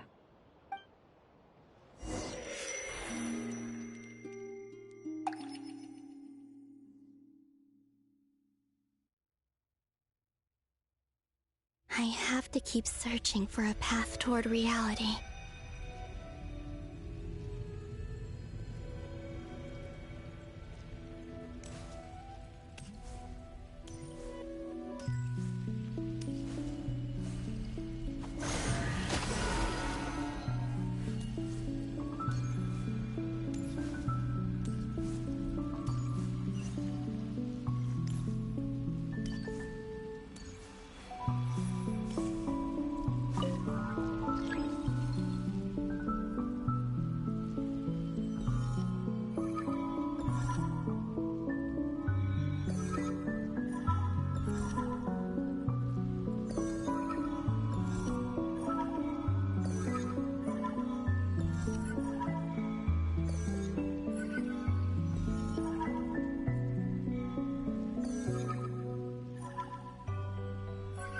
This should do it.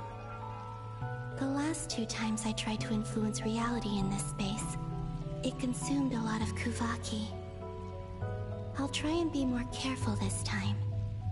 I need to leave key clues behind using less power. I hope everyone still remembers what I said on Moon Prayer Night.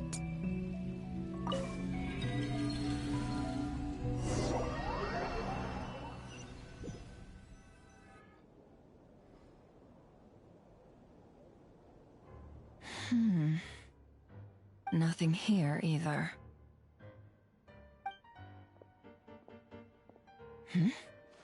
Flint's?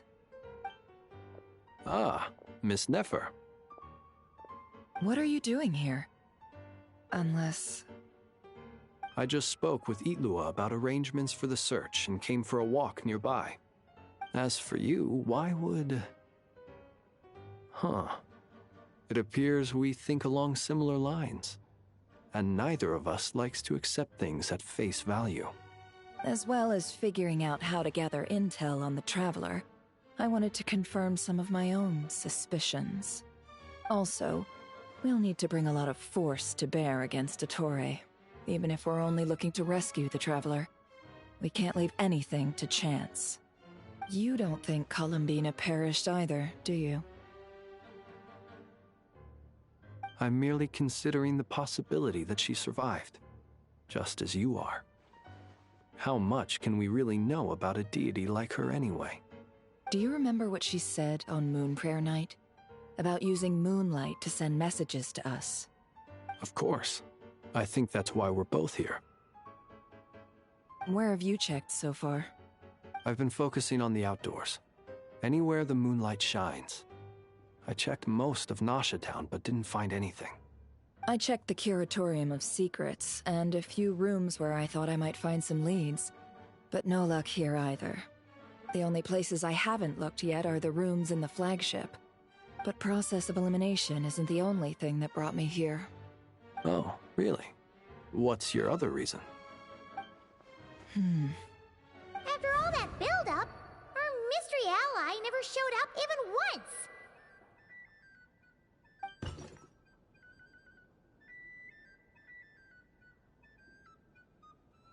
Huh? Am I imagining things?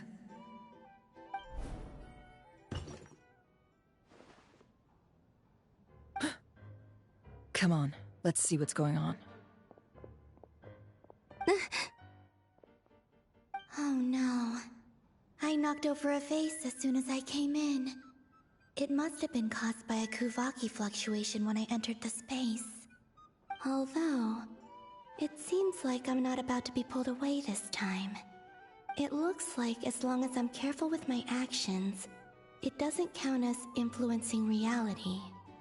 Anyway, is this the flagship? The Traveler mentioned that's where he was staying. I only went into the lobby last time, so I've never actually been here before. How does this space work? If nothing else, I can now be sure that it is not simply memory. He mentioned where his room was. I think it's this one.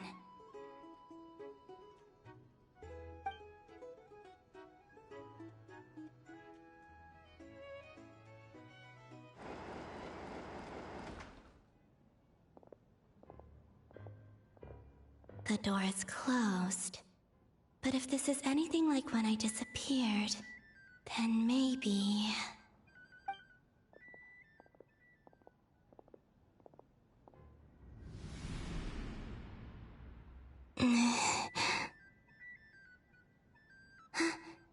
I'm in. He and Paimon aren't here at the moment. I hope he's okay. I wonder what happened to him after that battle with the Torre. Best not to dwell on that for now. I need to try and leave them some clues. Please, Traveler. I really hope you find this.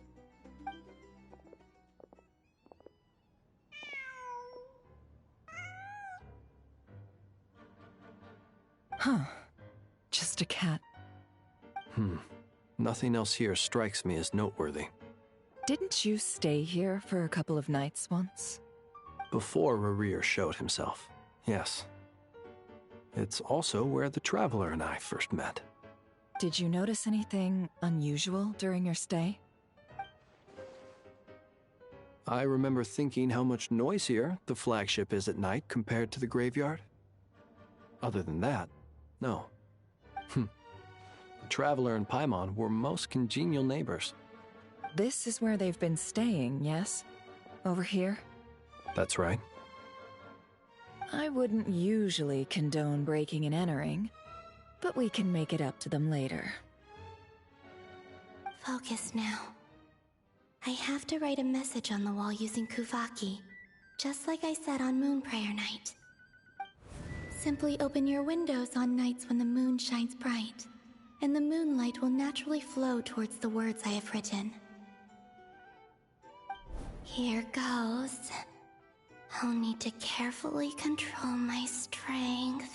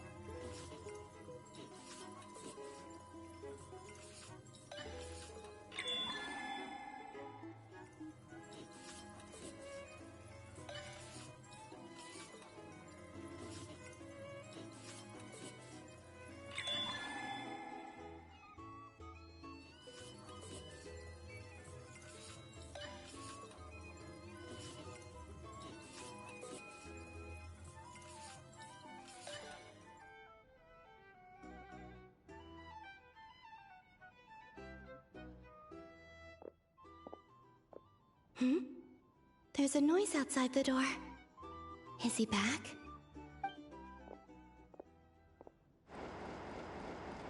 Please, you have to see these words.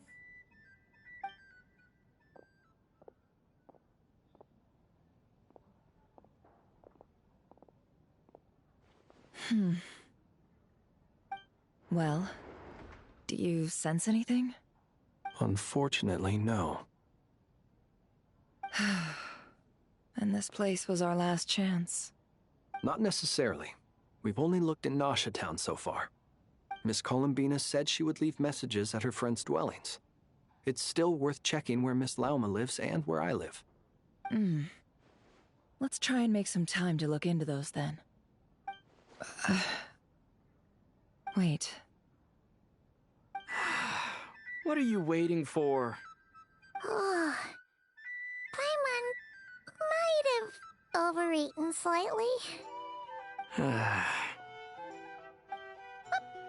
that look for? This is a victory feast. It's normal to eat a little more than usual. The Traveler in Paimon. It's really you. But why are they talking about a victory feast? Huh. You worried Paimon sick while you were out there fighting Rare, so this is your chance to make it up to her, alright? Wait. So this is the night after the battle against Rare. How did I end up here? That's quite a long time ago now. Wait. Time. That's it. Every time I've entered reality within this space, it's been at an earlier point in time. Every one of those points has been before I fell into the moon's reflection. And everything I've done to affect reality really did happen in the past. Does this mean that within the moon's reflection, time flows backwards? Starting from the moment I fell in? Not long till Moon Prayer Night now. It's gonna be even livelier than tonight. Although, it's gonna be sad saying goodbye to the damselette. She seems like a really nice person. Paimon. No, I can't. Even if I make contact, they probably won't understand what's going on.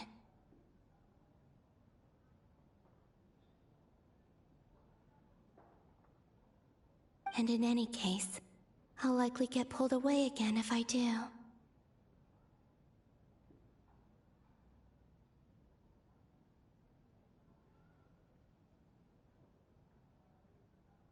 Instead, I have to find a way to get them to notice what I've written using the moonlight.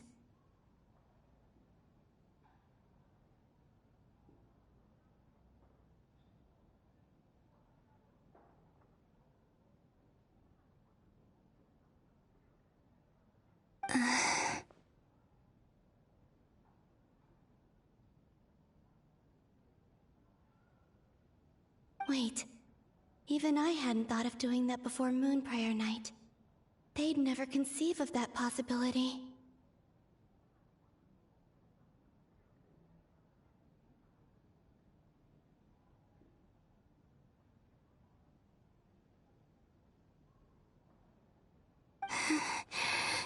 Is there truly no other way? Don't lose heart. We'll find a way somehow.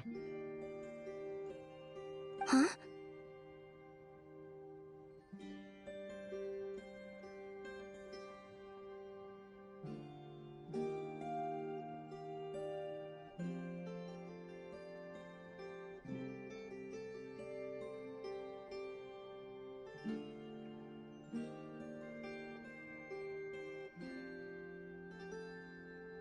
Oh, you say that, but the Frost Moon is beyond the fall sky.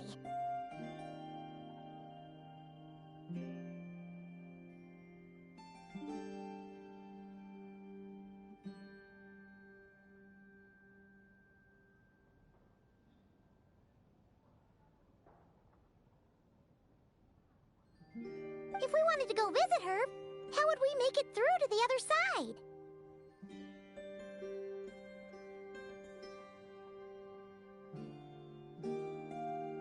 We might not have all the answers now, but I'm sure we'll find a way one day.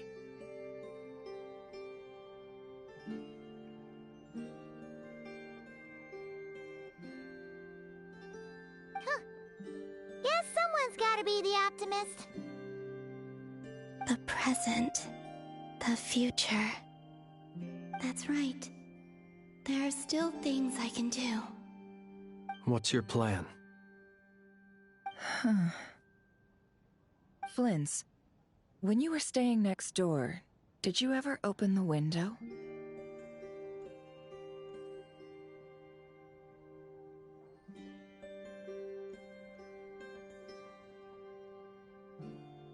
No.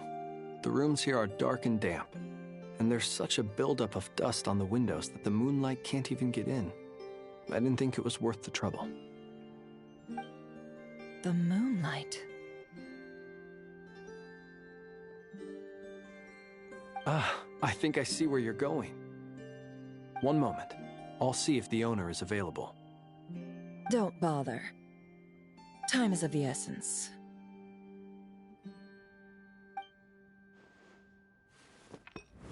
Time.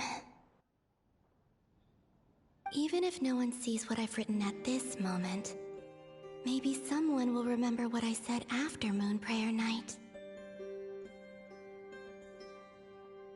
I need to write down as much information as I can. And maybe one day...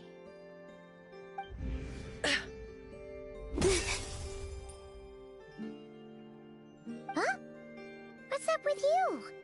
You can't even hold your cup steady. Are you getting tired? A little. Well, you should probably hit the hay then. You've had a really tough couple of days for you.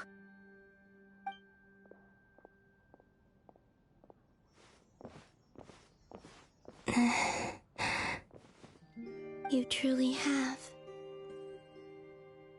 You helped defeat Rerir, helped me reclaim my name, and you helped the others organize Moon Prayer Night.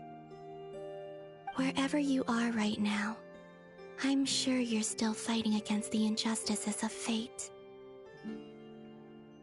This is all I can leave for them.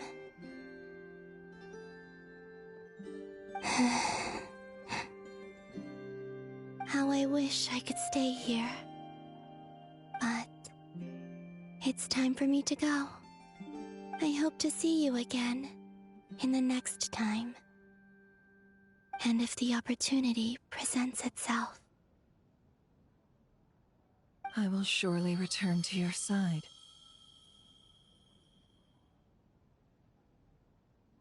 Huh. Columbina. She's alive. Not only that, but she's left us an entire wall's worth of clues. She even wrote down what would happen on Moon Prayer Night. It's just a shame we found it too late.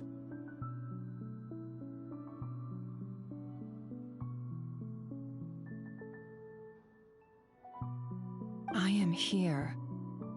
Time in this place flows backwards. I am constantly moving forward.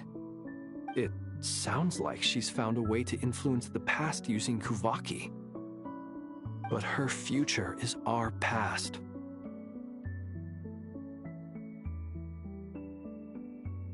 So, these words have been here ever since we defeated the Ray Hero Solnari. We just never discovered them. Which came first, the chicken or the egg?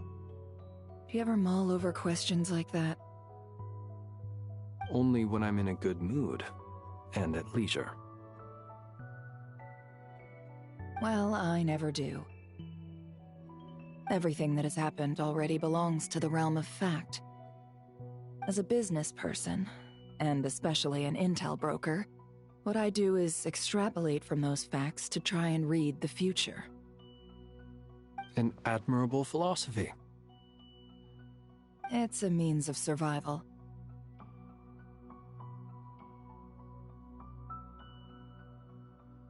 Let's go. We have a wall's worth of clues to share with the others.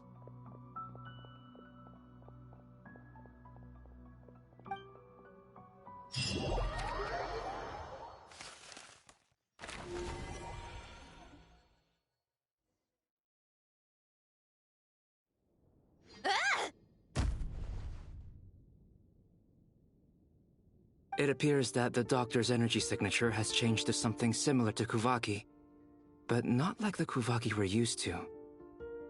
Nodcry's Kuvaki devices will only have a limited effect on it. I can see why you've chosen to place your hopes in alchemy instead. Also, I must say these books are rather profound.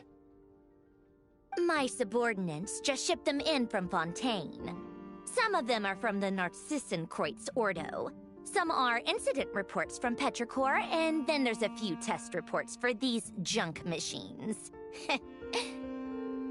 Additionally, after some further scanning, I've discovered something extremely annoying. What's that? Teyvat's skies contain multiple moons. A long time ago, when I did my first scan, I detected 3. Just as the legends say. But when I checked again just now, I detected 4 moons. So there's one extra? Yeah. Originally, I thought that if I could still find 3 moons, that would at least mean Columbina's still alive. But then it occurred to me that apart from the Frost Moon, Teyvat's moons are just husks. And husks surely shouldn't show up in the scan, since they're not alive. It's weird, isn't it? If we can't even distinguish between a dead and a living moon, how are we supposed to know whether a moon goddess is still alive? Or does this mean that the moon marrows are equivalent to the moons themselves? It's certainly possible. In which case, the 4th moon you detected may be Dottore artificial creation. So he wasn't bluffing. He really built his own moon marrow. Ugh! I'm so mad right now! It's easy to get overwhelmed when you have too much on your plate. Maybe you need to relax. Perhaps try going for a walk, or simply take a few deep breaths. Nothing can calm me down at a time like this. I need more time, and I need progress.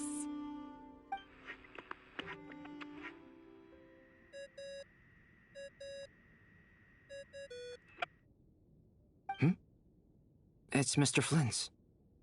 I really hate that ringing tone. Ugh. First the 4 orthants of the Narcissenkreuz, then moon marrows. Now what? Oh, sorry if we're disturbing you. Might I ask what's troubling you? What do you want? We're busy. Are you still at the Curatorium of Secrets? Yeah? Look, everyone else is still out, so there's no hurry. Plus, I'm busy, so I would appreciate if you gave me some space. Even though we have crucial intel to share? Fine, I'm listening. Do you intend to share it via the Dodo communication device? Ordinarily I would, but this is a unique situation. I think it's best that we discuss it in person. See you at the Curatorium.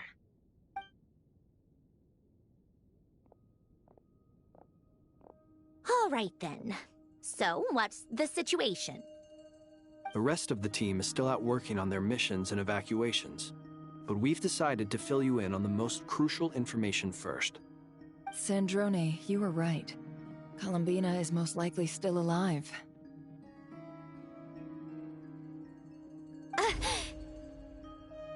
That's the best news we've received in a while, by a long way.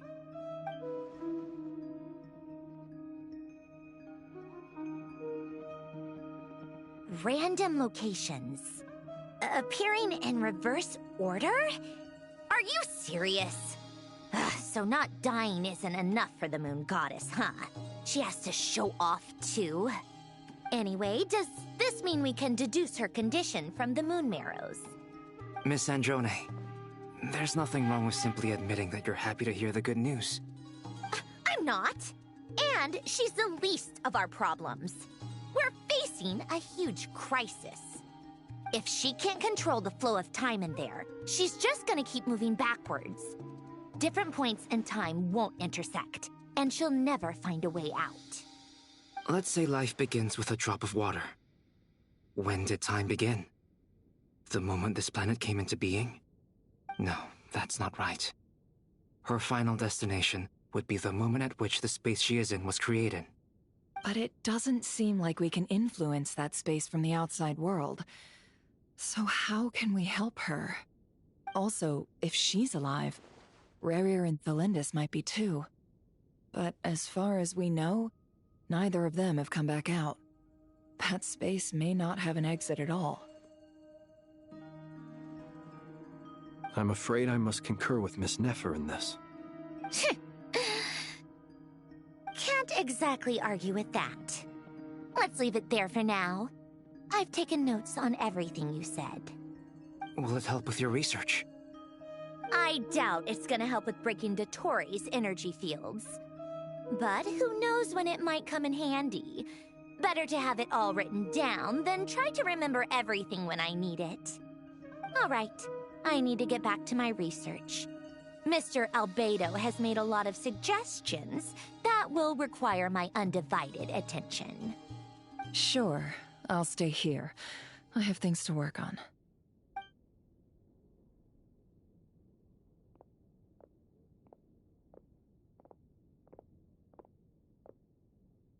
Paimon, are you there? Oh, right. She went with Varka to Natlan, didn't she? Good thing we've moved her and the Traveler's luggage in here. Speaking of the Traveler, where could they be? There's a note from Paimon. Paimon here. Not in at the moment, but if anyone needs to borrow her stuff or the Travelers, go ahead and help yourself. Paimon won't be mad. Also, Traveler, if you get back before Paimon, make sure to get some rest. Paimon misses you a lot, but put your health first, all right? How sweet. Well, since you offered, Paimon, don't mind if I do. This is the Traveler and Paimon's luggage. All the items they use day to day are here. It's well organized. I wonder which of them is responsible for that. What do we have here?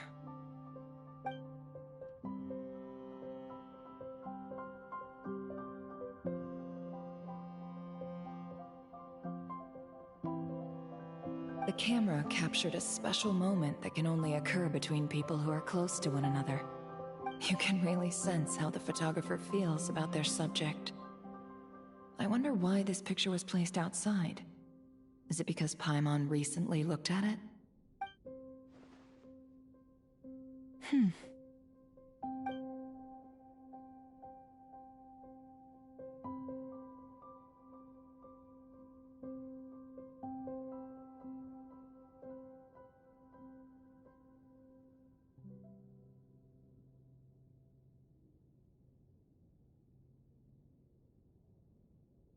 This must belong to the Traveler. Perfect. I'll use this.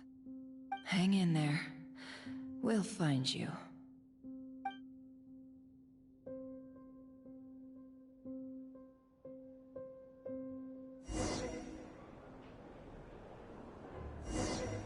Polonia.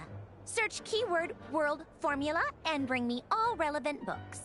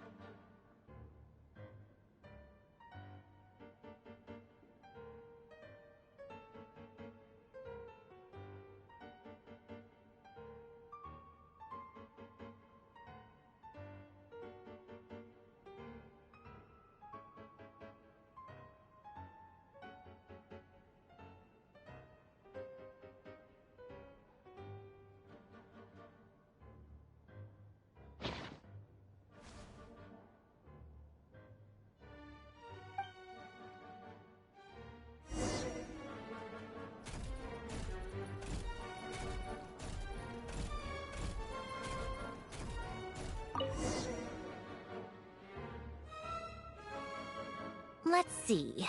This one is Ontonki Sermon Dictation concerning the apocalypse. I believe that the correct term for this is Fortuna. This was an ancient Romorian technology, a wisdom unparalleled.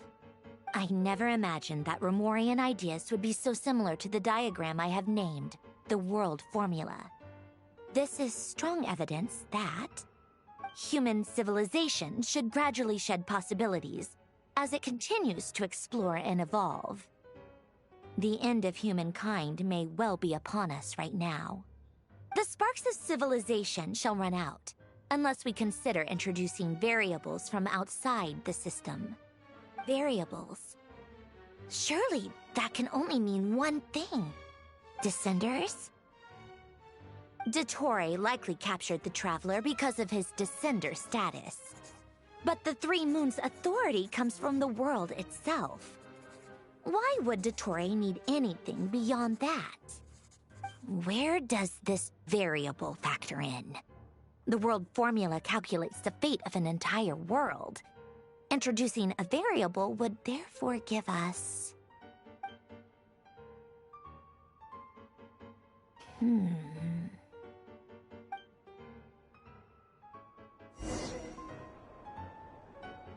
Polonia, search keyword pathway and bring me all relevant books.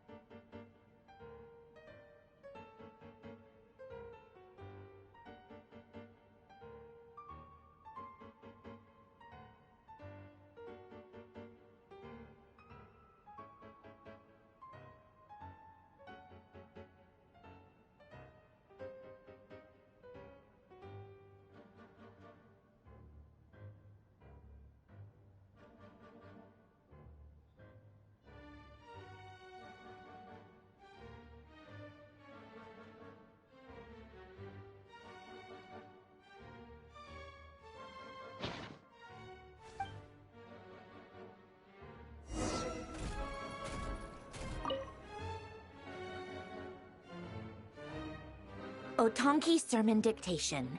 Explications on the Chemical Marriage. These titles are pretty esoteric. Observe and compute the pathway displayed in the guidance diagram. Deconstructing and reversing its effects could generate potential ideas. So, it's one of Renee's draft lectures. Deconstructing the pathway. I suppose that could lead to a breakthrough.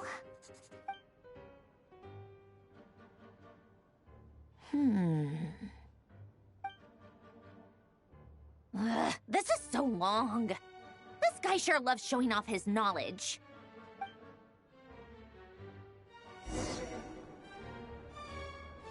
Polonia. Search keyword tree model and bring me all relevant books.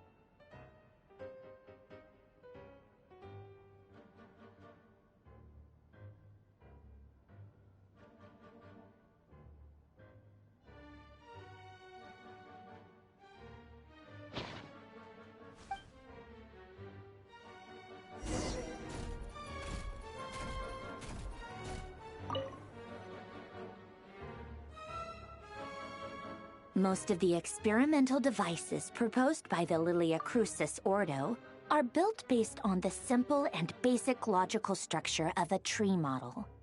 Lilia Crucis. Guess they were trying to cover up the name of the Narzissenkreuz Ordo? When Duke St. Germanus departed, he said, "It seems that there's no going back." Alas, he is only a genius when it comes to machines. In all other things, he is but ordinary. Excuse me? I'm sorry. That's just ridiculous. What kind of book is this? Great Detective Herlock, the Alchemist and the Clockwork Saint? Isn't this a novel? Come on. Still, the author swears that they knew Renee well. Whatever. I guess it's not beyond the realms of possibility that Renee would say nonsense like that on occasion. Memory, wishes, souls, and persona.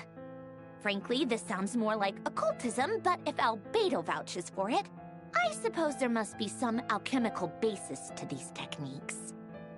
The way Alain Guillotin saw it, the world was comprised of machines. The universe needed machines, and thus his technologies were created. That's why I was born. René, his full name was René de Petrichor, if I recall correctly. Sounds like he and the town must be intricately connected.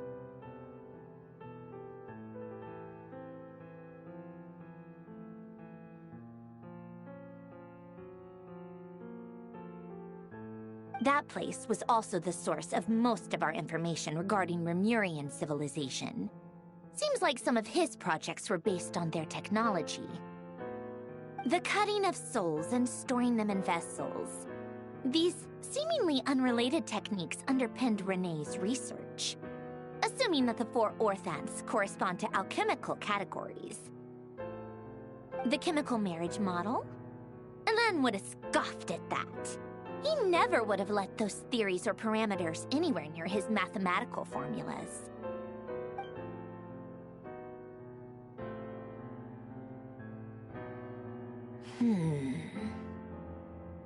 What was Alain's view on René? I know he mentioned the name, albeit very rarely. Oh, now I remember. Alain's old notes are here too. They mentioned René once. René seemed most out of sorts when he spoke to me. A lack of sweet foods has dulled his mind, I should think. Either way, his words are not to be believed. Yep, that sounds like Alain. My subordinates actually did a half-decent job digging out all these materials. Makes a change. Good for them. Some of Alain's old files are completely consistent with these records. He must have gotten them from the Tower of Gestalt. I never knew he got his hands on René's records that early. Heh, he may have kept them, but he never even attempted to use them. Didn't believe a word they said. Come to think of it, René's world formula was filled with calculations of constants. That shows he believed that the fate of the world to be predetermined. As for Alain... it's been too long. I forget what he said. What would he have said? A guy like him, fervent believer in machines, but not headstrong enough. The world can be changed. It is worth persevering. Yes, that's how he used to think at least. He created that procedure to save this world. Yet the scale of the world's fate proved too enormous. The result was beyond his ability to calculate. He died having never seen the outcome. And there I was, left behind in the ashes of his dreams. Did you really never take a close look at René's research? Or did you read it, but deem his philosophy incompatible with your model? The very thought of trying to incorporate his ideas probably made you feel sick to the stomach. Well, don't worry, because there's a whole new category of lunatic in town. Next to Dottore, every other madman looks sane. You once asked me what I wished for. Should have asked him instead. He's the one pining for things you'd sooner die than witness.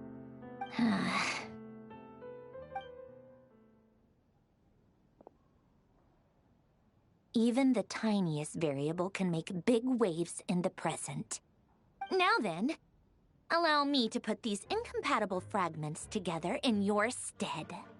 First, establish and verify the existence of the Great Circle. Absolute nihil on one end, absolute reality on the other. Now, search between these two extremes.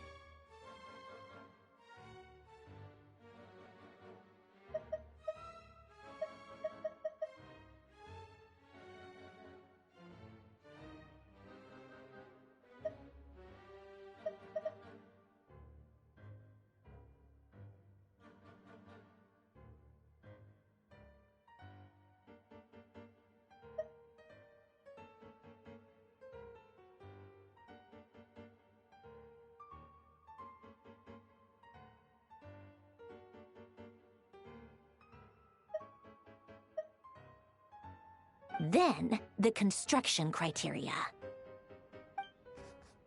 Variables. The sparks of civilization shall run out unless we consider introducing variables from outside the system. Input variables.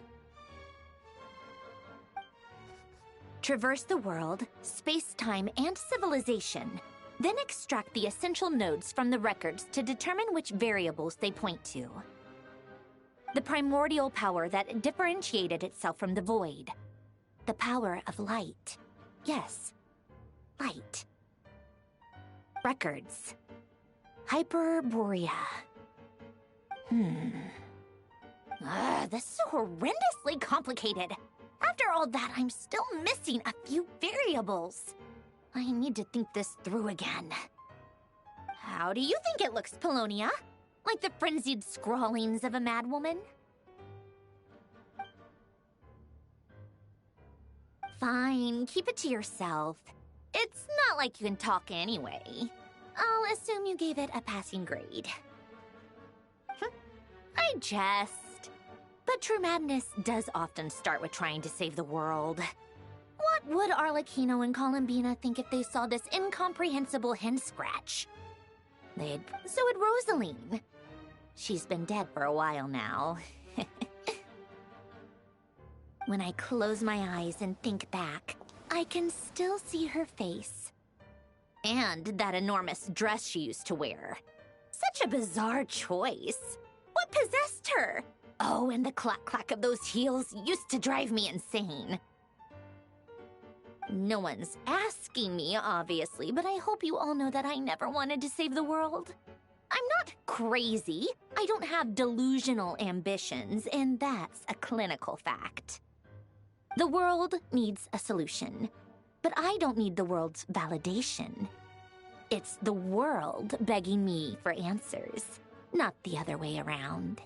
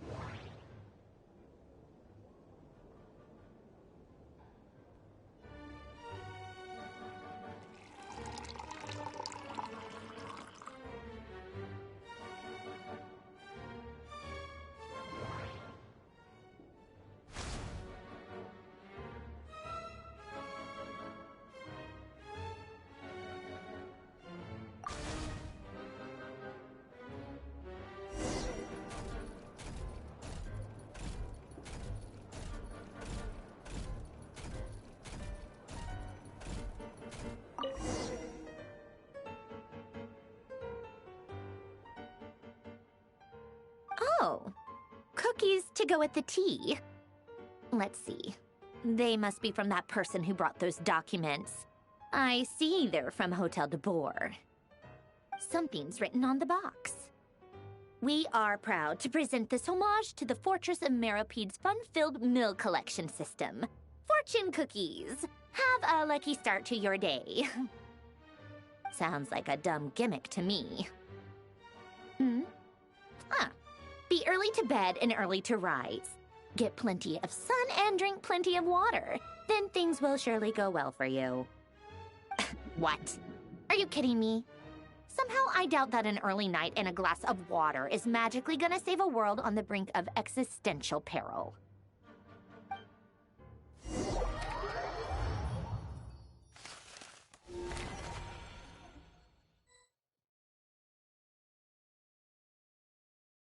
Lady Arlecchino, word has reached us that Lady Marionette's troops are all in position. They are ready to act as soon as the order is given. Excellent. The only thing is, they are fewer in number than we expected. It looks like many of them must have lost their lives at the hand of the monsters released by the Doctor. Can't be helped. Allow them to join our ranks, and keep in contact. As you wish.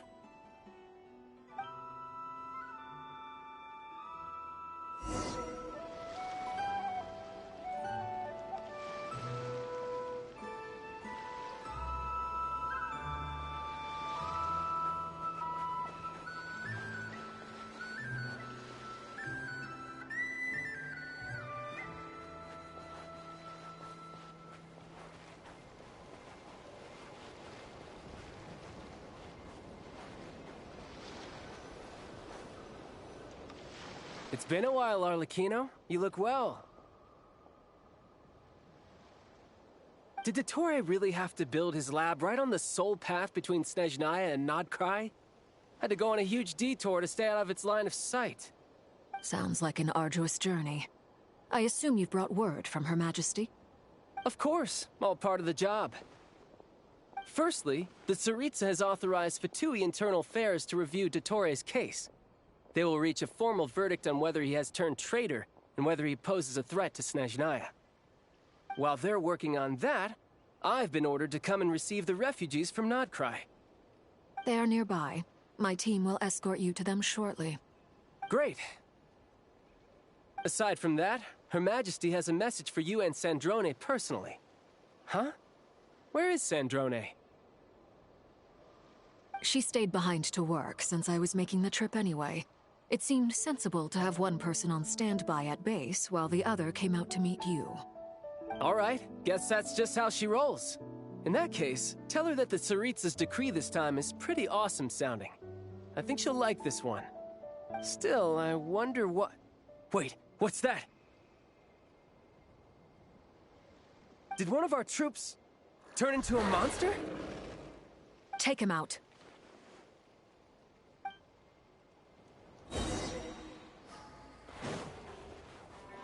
Laid bare.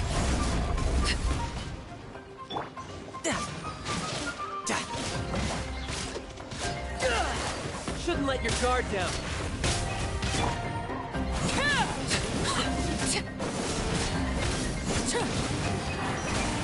You've gotten stronger, Arlecchino. Nice. Stop that right now. I appreciate the praise, but I am not fighting you today. I knew it.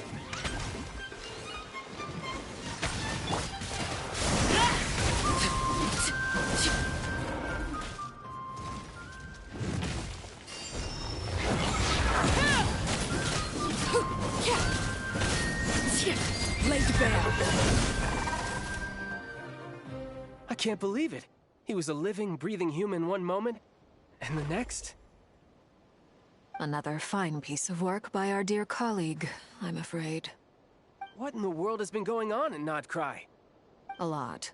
But long story short, Dottore stole 2 moon marrows that should have belonged to Columbina, then built a 3rd moon marrow of his own to concentrate the Trilunar Authority in his hands. What? What do you mean he built a moon marrow? People build roads and houses, not moon marrows.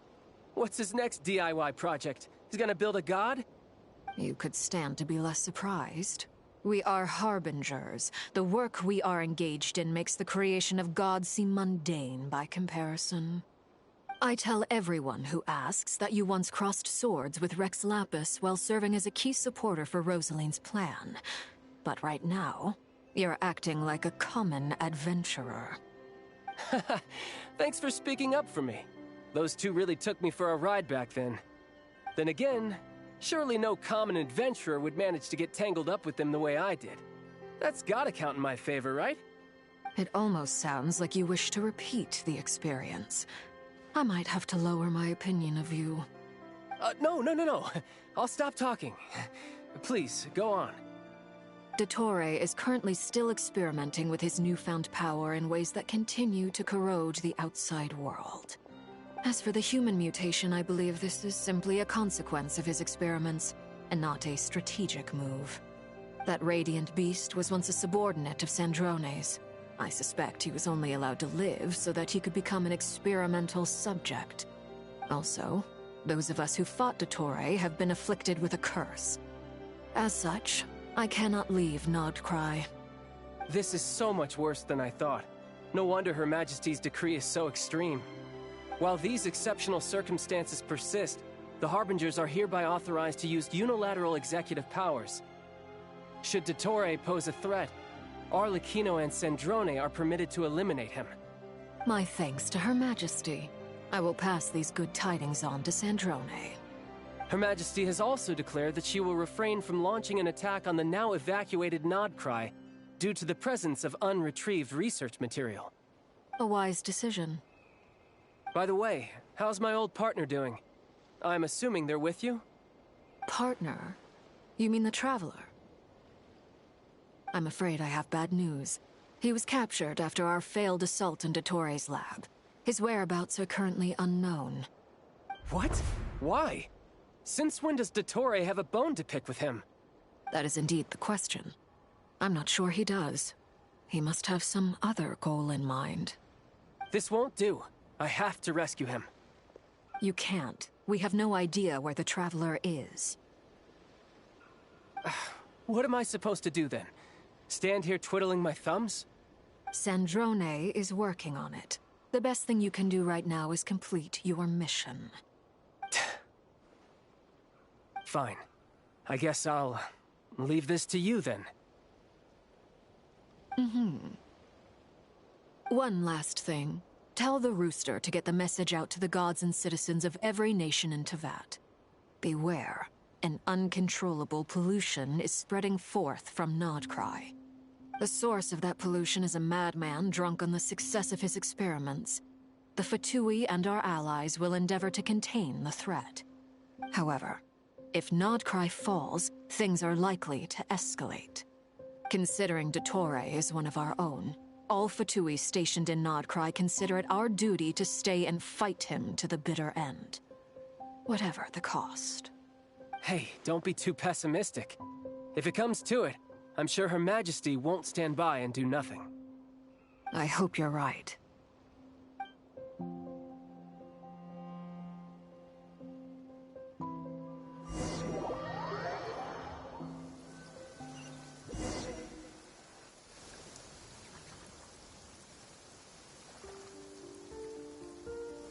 You're right on time. Thanks. Hey, do you think I'll get that gliding exam exemption? I made sure I was on my best behavior in Mondstadt. I landed well outside the city and walked in through the gates. I'll help you apply, don't worry. For now, let's see what we have here. What are the doctor's energy fields even made from? The usual attract and repel principles that govern Kuvaki don't seem to apply to them. They are very mysterious, but ultimately, they appear to be comprised of energies from the three realms. Thanks to research by Master in the Hexen Circle, we know that Teyvat's 7 elements are derived from the more primordial power of the Light Realm, which is antagonistic with the power of the Void Realm. Since you have the power of the Dragon Durin within you, I'm sure you can already tell that this energy field contains no abyssal energy. That's true. It's not abyssal energy, it's something pure, wild, and untamed. I've been thinking about something. Do you still remember the device that Dory supplied from the Academia when you and Miss Columbina fought Raria? That was one of the most marvelous feats of ingenuity I've ever seen.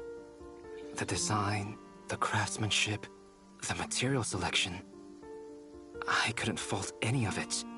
Not to mention the operating principles.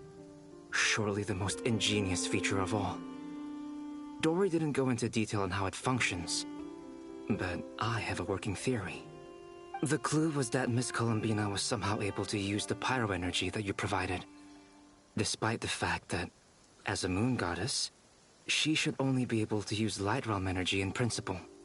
Now, all elemental energy is, of course, derived from light realm energy to begin with.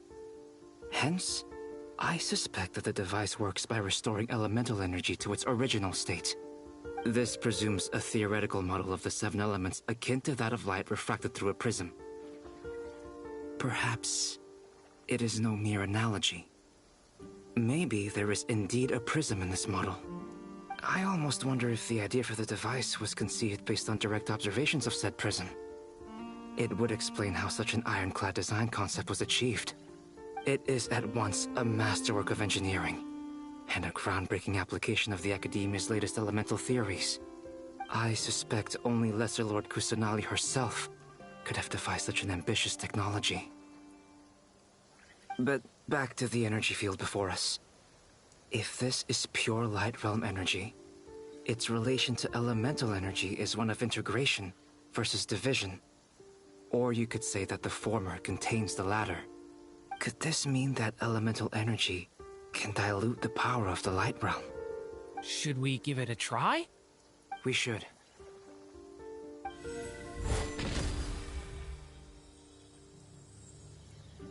Ha! It works! Clear signs of disruption were detected at the periphery of the energy field.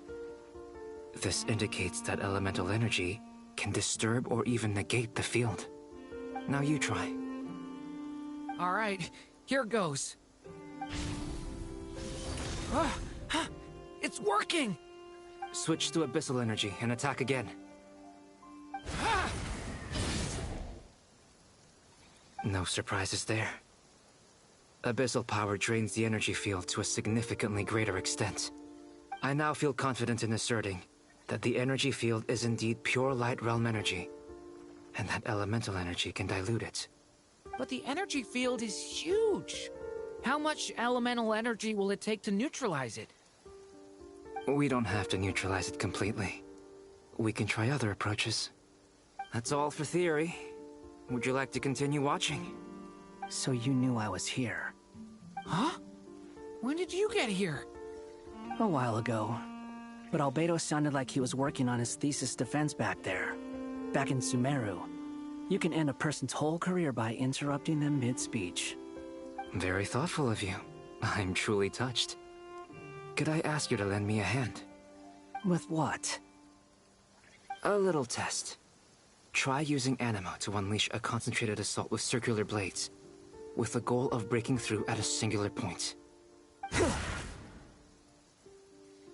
Nice! This time it tore through the field.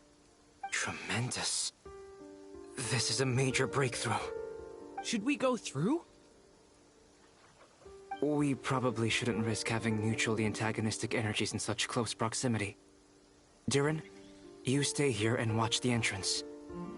Hat Guy and I will go in to investigate. Sounds sensible to me. Keep your eyes peeled, Durin. Don't worry, I got this. You two be careful in there. Just give me the signal if you need help and I'll dive right in. What do you mean, signal? It's based on a new alchemical concoction I developed last month. When 2 bottles of it are smashed on the ground together, they emit a blinding burst of light. If it comes to that, remember to shield your eyes with your hat. Glad I asked. Thanks for the heads up.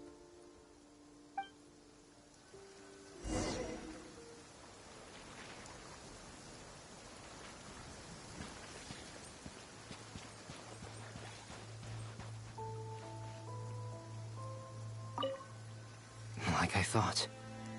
Beyond a certain distance, we can't see the opening where we came in. Maybe that's to prevent people from escaping. Sounds like Dottore style to me.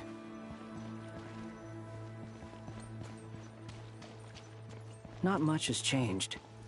Things are basically the same here as they were before the energy field appeared.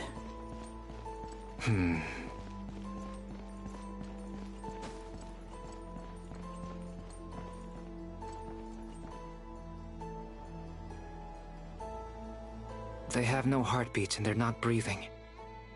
We can only assume they're dead. But there are no visible wounds. Also, there's an animal squatting next to each body. It's watching us. That's not an animal's gaze. What are you trying to tell us? Doesn't seem eager to talk. I guess maybe it's just an animal after all. Let's keep looking around.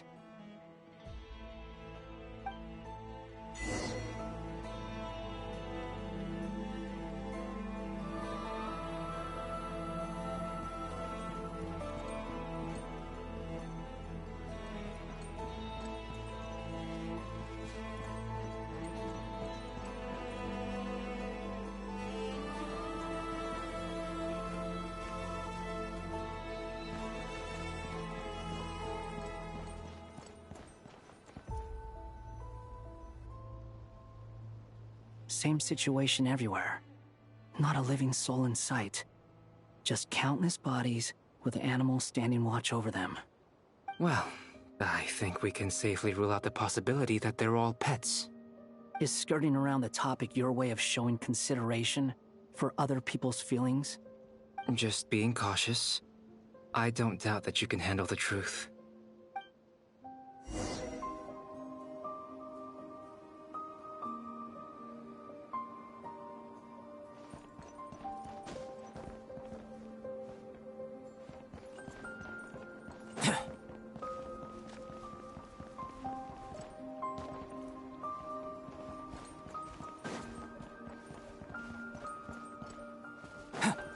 Careful.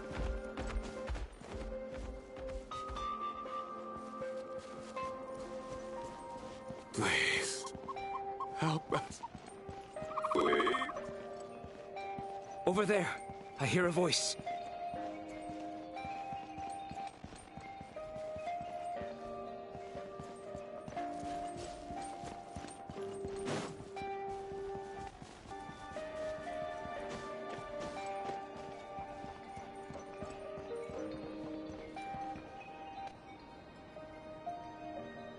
Please, help us. Please. What happened here? I don't know. Suddenly, everyone collapsed. Then my line of sight got lower. I still have some of my senses left. I gotta get out of here.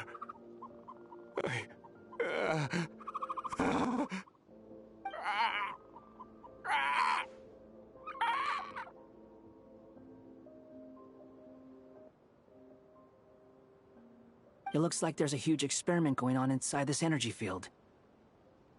Maybe each energy field is its own giant experiment. Vile. He's swapping human minds with those of animals. Even without the other circumstances, this would be an extremely radical experiment. Those people may have lost their sense of selves, but they are not fully animals either. If they were, they would have left. But instead, their instincts are driving them to remain by their dead bodies. We should go. No sense in sticking around here longer than we need to. Agreed.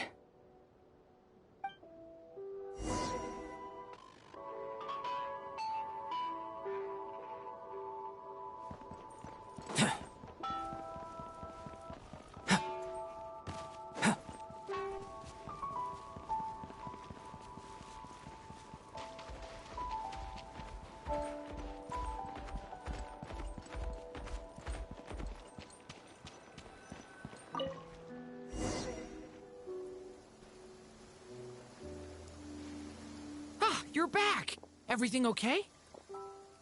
We saw some things that take a strong stomach. Otherwise, we're fine. We should share our findings with the others.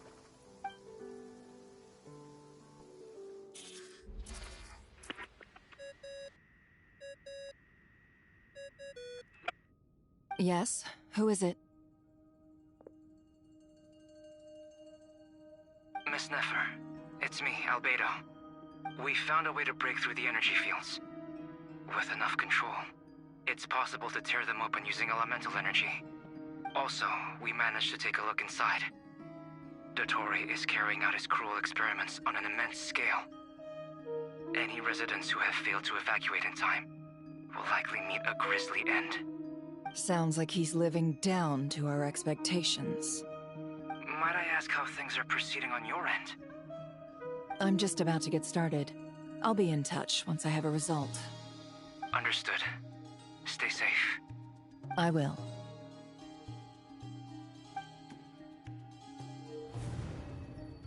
Well, Nefer, I'll link up with you once my tasks are complete. What makes you think I'd need you to do that? I'll need it. And considering the way you approach certain matters, I think you'll be better off with me present.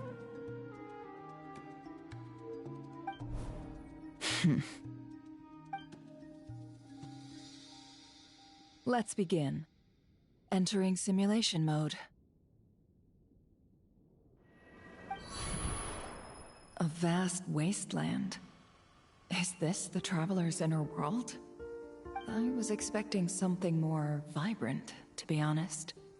Wait, someone's there. What are you looking at? In that case, I'll look at it with you. I want to know all about everything you've seen and experienced. Is there somewhere I should return to? Or should I stay here and be the hero everyone says I am? I don't dislike my current life. Roaming the land, fighting battles, accomplishing missions, earning a living, looking after Paimon. It's not so bad. I guess the only thing that's missing is that you're not here with me. This is the conscious layer, which contains a person's true feelings. It is filled with both longing and kindness. I suppose anyone who lives long enough ends up wishing for someone who can't be there. Maybe it's the only way we can feel truly alive. Time to delve a little deeper.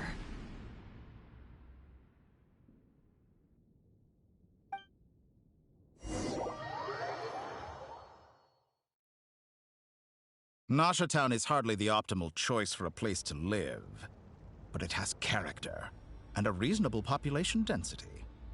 What are you trying to say? Oh, don't be nervous. I was just thinking where might make a good starting point for your journey. Perhaps I should send you further afield. Conria, perhaps. Conria ceased to exist long ago.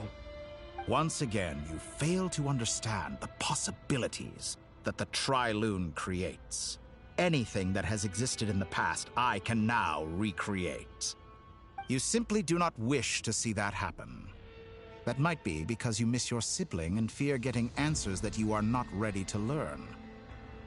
But this is not for me to judge. If we are to collaborate, we need to maintain an amicable relationship. In a moment, you will be able to... Oh no. What are you...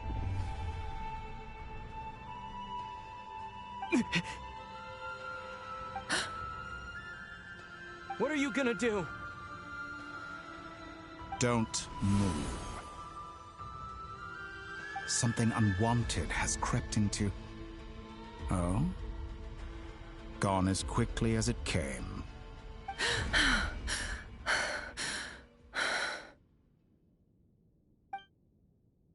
Did you save me? If I hadn't cut the connection, Dottore might have caught you from the other side and destroyed you. This was a good idea, but once is plenty. You were exceptionally brave. Excellent work. Thanks, but now's not the time for that.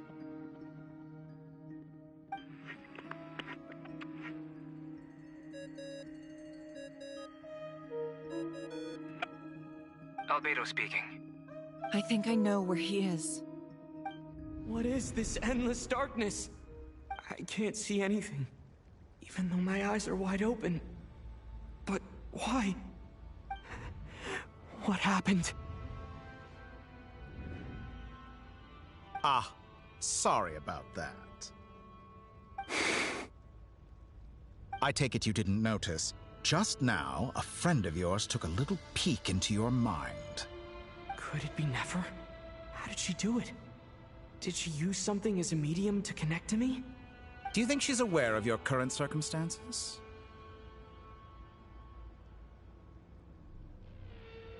Oh dear. Have I stunned you into silence? I only wanted to slow down your time a little so I could stop your intruder in her tracks. It would have been nice to capture the spy. I must say, I'm finding the ability to adjust the flow of time rather intriguing. The moment you closed your eyes, time seemed to grow impossibly viscous, didn't it? A whole month passed before you opened your eyes again, but only for you. No one else was affected. I dare say this is something only a god can achieve. Point taken. You've proven once again that you have god-tier powers. Oh, you misunderstand.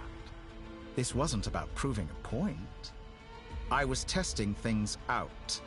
I find I learn best by doing, and I have to admit, time is not the easiest dimension to control. I only wanted to make you sleep for a short while, but it ended up lasting a whole month. Clearly some finesse is required to wield the authority over time as I wish. I hope you're not angry with me. It was only a month's discrepancy, nothing too serious. Had I been off by a year, a decade, or even a century, that would have been quite a different story. You could have frozen me for millions of years. So much for collaboration. You aren't showing much sincerity. Millions of years? To what end? I wonder if you don't understand humans all that well. They are very pragmatic creatures who understand only that which they can perceive with their senses. If I had you sit here for a week, I imagine people might sympathize. But if I left you here for 100, 1,000, or 10,000 years, the sheer size of that number would cause it to lose all meaning to them. They would not have the capacity to comprehend your suffering, and thus they could not empathize. Unfortunately, while gods do exist in Teyvat, it is ordinary humans that account for most of the population. Their lifespans are so limited, their bodies so fragile. Did you ever really hope that they could begin to understand someone like you? Your long life and unique origins make you fundamentally different from them. How long will it be before they start to treat you like the alien you are? Before you are ostracized, outcast? Alien? Even I feel bad for you sometimes. This world has made you into a slave. So many times you have served its will, and not once have the powers that be ever thought to grant you the one simple thing you wish for. You have been treated most unfairly. I can change that.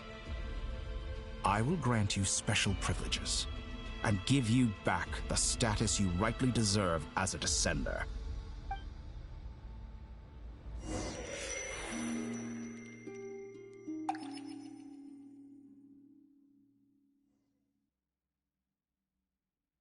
I've entered the past 3 times at this point, but I still have so many questions.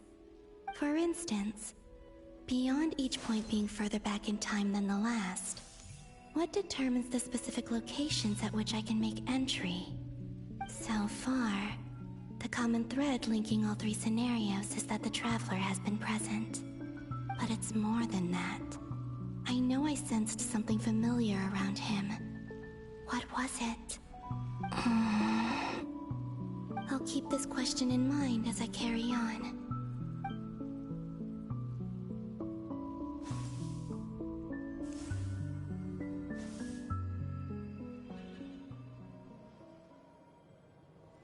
You Humans, you never change.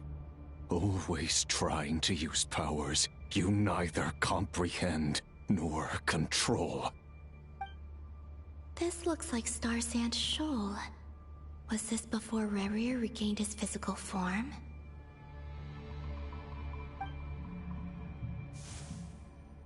You've messed with the cannon again, huh? Sorry, but this round's not gonna go your way. The cannon. That's right. I was at Silver Moon Hall and I sensed an abnormal Kuvaki fluctuation coming from Nasha Town. And right after that, came an ominous power emanating from Star Sand Shoal. My body was once torn into countless pieces and hurled into the swirling chaos of time anguished. I wonder if I could try to prevent his resurrection. But how would I do it? What can I do, here and now? Traveler! Behind you! Look at that light!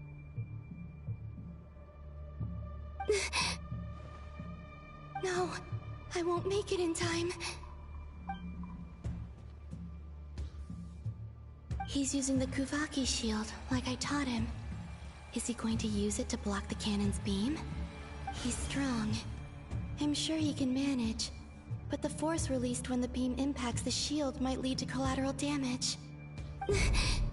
Ici Island. The Frost Moon Scions will be exposed to lethal levels of Kuvaki. A question, if I may. Kind Miss Columbina. When the cannon's Kuvaki beam was deflected earlier, I saw several bolts of energy streak toward Ici Island, only to be blocked. Did you also have a hand in that? Maybe that really was me after all. Well, future me. But I don't know if I have enough power left. Siki sato pasa sais, niti ipotofutos. There's no time. Osestikos paratin tiranto risuiku, topirto aithion feraton. I have to make it. Oh, Frost Moon. Oh, great land. Oh, slumbering moonlight of Nodcry. If you can hear me, if you can sense my call, then please, heed me once more!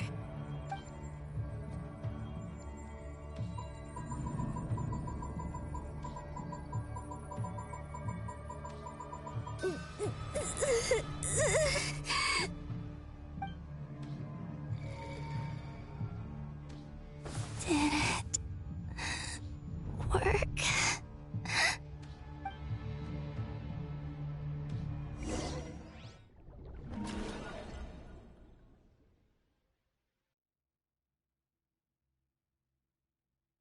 Hey, wake up.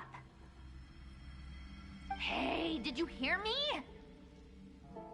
Columbina, I said wake up now! Oh, good morning, Sandrone. It's 3 in the afternoon, actually.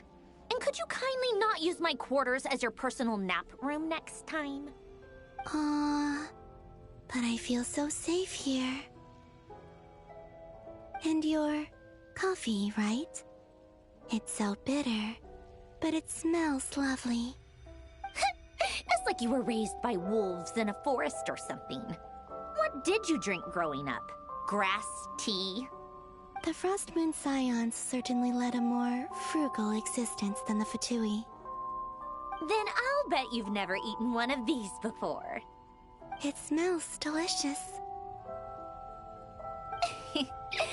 That's because it's a Fontanian recipe. I had a little free time today, so I made a batch. Rosaline will be here shortly, but if you really can't wait, I guess you can go ahead and... Hey, at least let me finish before you start eating! Did the Frost Moon Scions not teach you basic table manners? Or did the rules not apply to you because you're the high and mighty moon goddess? These are so tasty. Of course they are. I made them. I was worried they might contain traces of machine oil. What?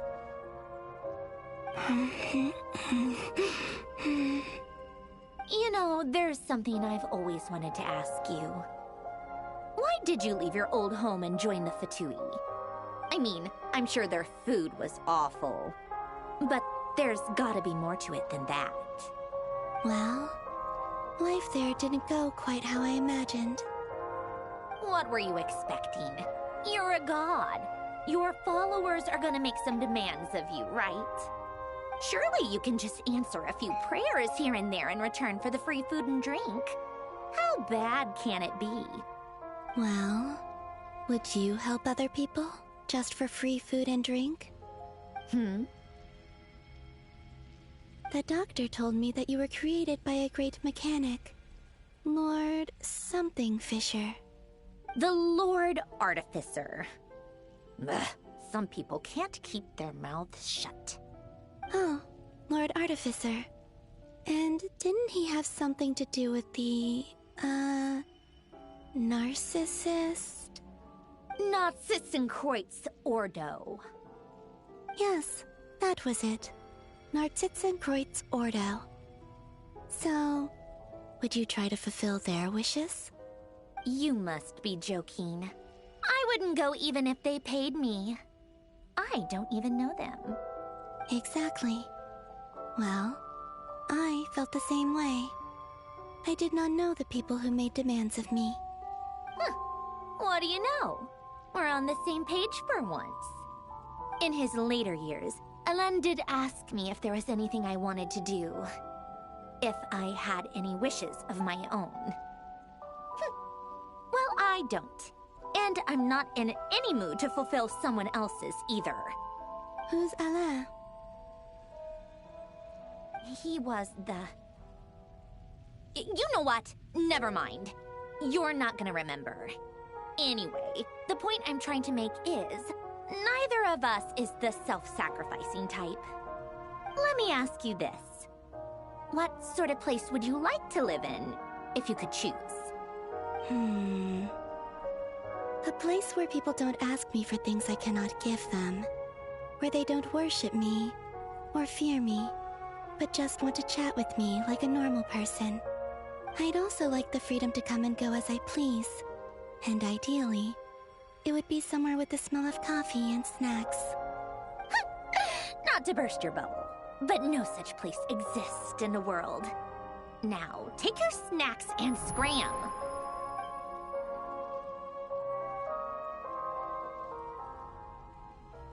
Did I pass out? Of course. I'm back here again. I dreamed of events from my past. Sandrone. Traveler. I miss you all so much. Back there. I guess I managed to harness all the Kuvaki energy on Hisi Island. But how did I do it? Time is flowing backwards here, and I can use that familiar power to enter the world of the past. That mystery ally everyone talked about. It was me all along. I can sense that there isn't much more power remaining up ahead. What lies at the end of all of this? Will time keep flowing into the past? And will I ever find my way back?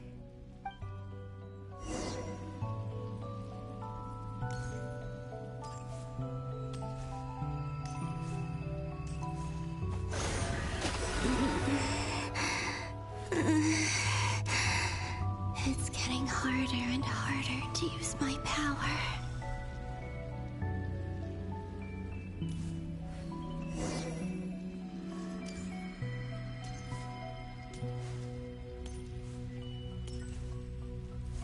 I'm no match for the Abyss in this state.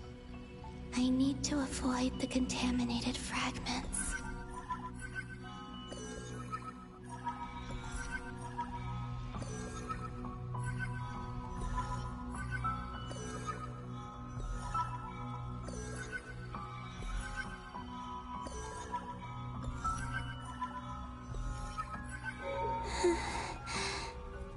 Time to go. I wonder where I'll find myself this time.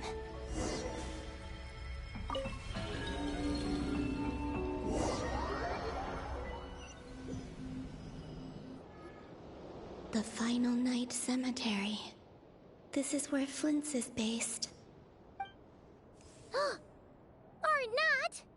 How are we supposed to read through this many files? Difficult, yes, but it is also our most efficient option. Seems like they're searching for information. Oh, I remember. Flint's and Varga talked about some files on the Wild Hunt. Was this my doing too? To expose the true intentions of this Rarir, we need to dive into Notcry's history. Are my actions changing the past? Or are they simply completing a process? Is all of this inevitable? Or am I the one making these decisions? If I choose not to help them now, will it change how things turn out? Hope we don't land on our heads then. They're my friends. I can't not help them.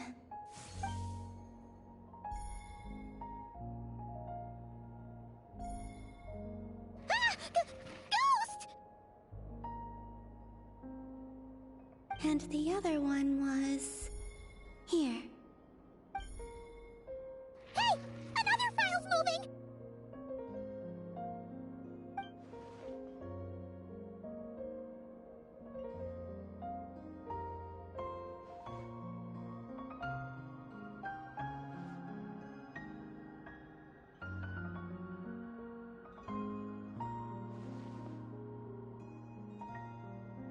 That should do it.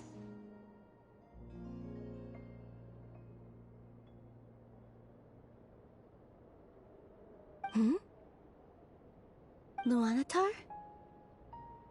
You can sense my presence? Wait!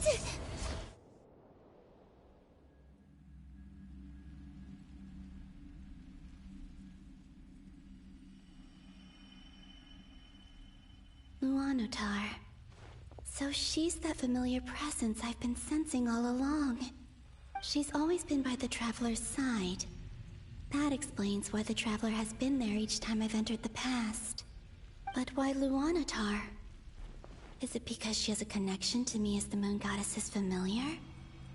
If so, why not any other Kuhenki? That's...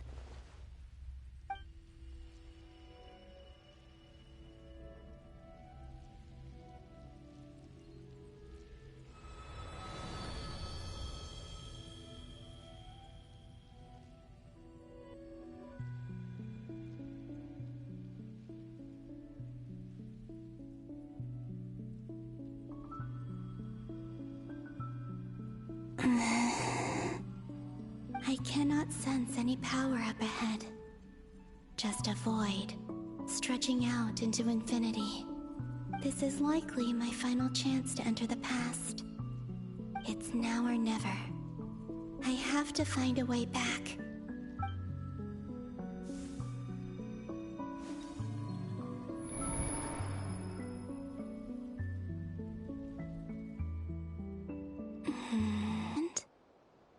How far back in time is this? Where's Luanatar? I can't sense her presence this time.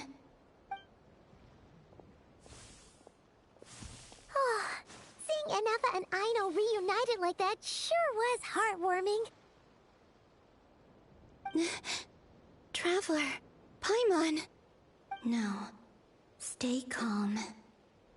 I don't have much power left to change things. I don't even have that much time left here. Think, Columbina. How do I find a way back? A way back... to where? Do I go back to Moon Prayer Night? Or to the future that followed? And if I return in my current state, what will become of me then? Dotori's actions that day proved that he'd been planning that for a long time. He had already seized the power of 2 moon marrows before capturing me. Even if I managed to get back, how can I fight against him when he wields the Tri-Lune Authority? I can't. If I go back like this, I'll be playing right into his hands. I have to find some way of rivaling the power he has usurped. Wait. Time flowing backwards. The Tri-Lune Authority. Does that mean... I think I know what the final destination of this lunar reflection might be. I know what I must do. Speaking of homes, we must already be close to where the Frost Moon Scions live. The vibe here feels different, just like the scenery. But how do I communicate my plan to my friends? Should I write it down here? No, someone else will see it.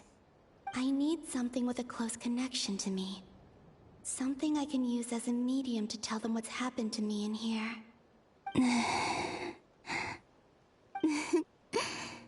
Now it makes sense.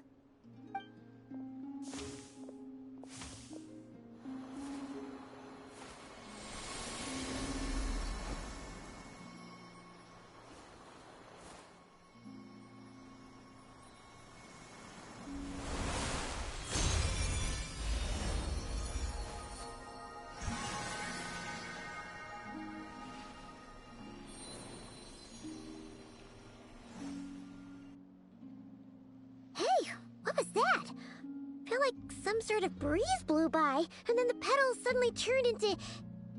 Huh? It was I who brought Luanatar into being. I gave up a piece of my own soul to create her. That's why I could sense a familiar power from the moment I entered this space. It also explains why she's been present in every past location that I've entered. Because we have a deep connection. Hey there! What's your name? And the reason why there are no more gates to the past after this point is that Luanatar hadn't been born then. No wonder I sensed the trace of a blessing when we first met. But I still didn't recognize the soul hidden within you. Back then, I was just a little lost dove. I had yet to become Columbina Hyposelenia. Go on now. We've got stuff to do. Best you find someone else to hang out with. Hey, you scared it off. I'll be counting on you. Remember to stay by the traveler's side, guide him, and help him in my stead. Oh, and bring him to the garden where the moon prayer blossoms grow. There's a little lost dove there who will need his help.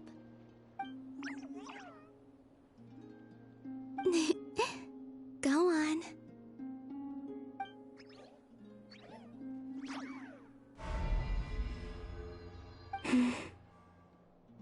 You too. Go and live your story. As for mine must go in a different direction.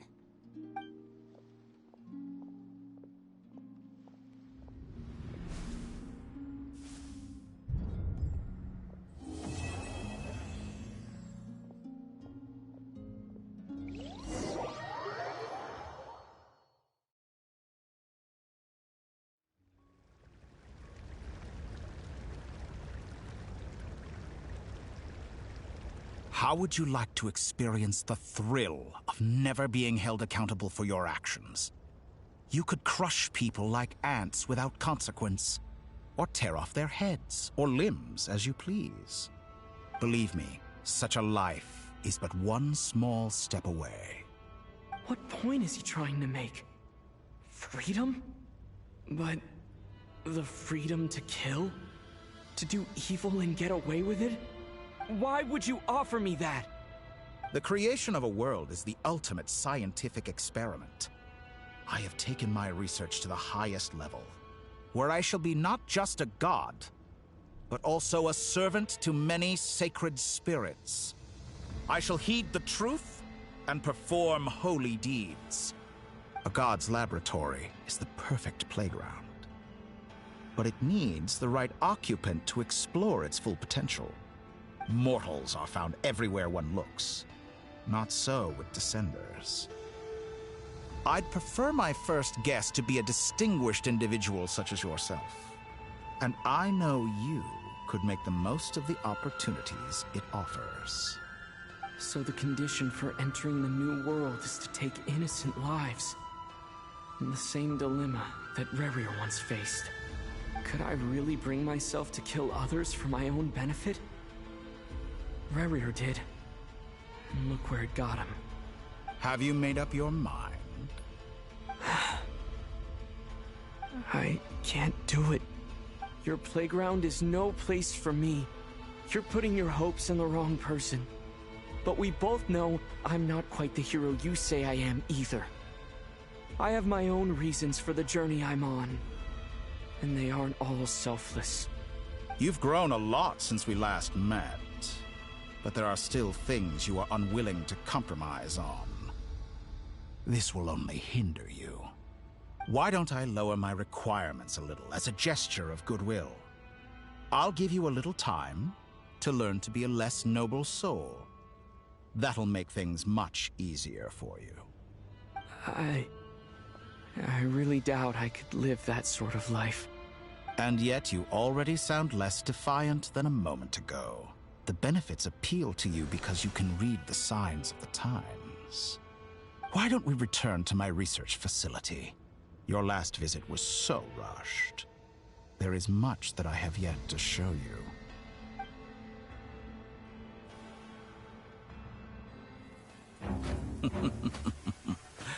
Now to that question, Heroes don't attack from behind. Guess I'm no hero. This is most disappointing.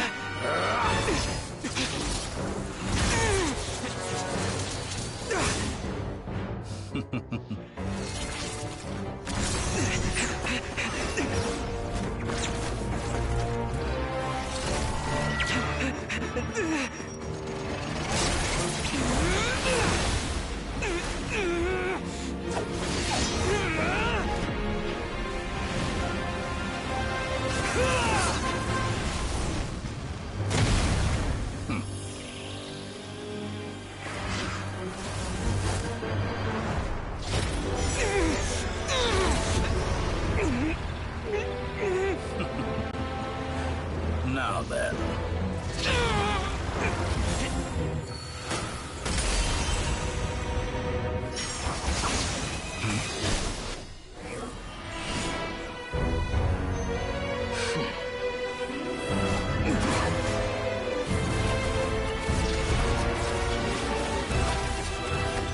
A new face.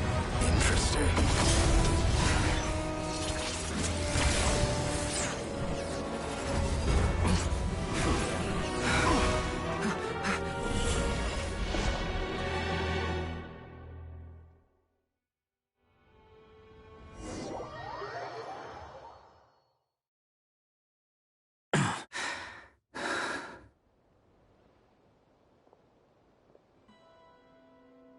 You're still gonna call me Hack Guy after that, huh? I didn't see anyone else in there who needed saving.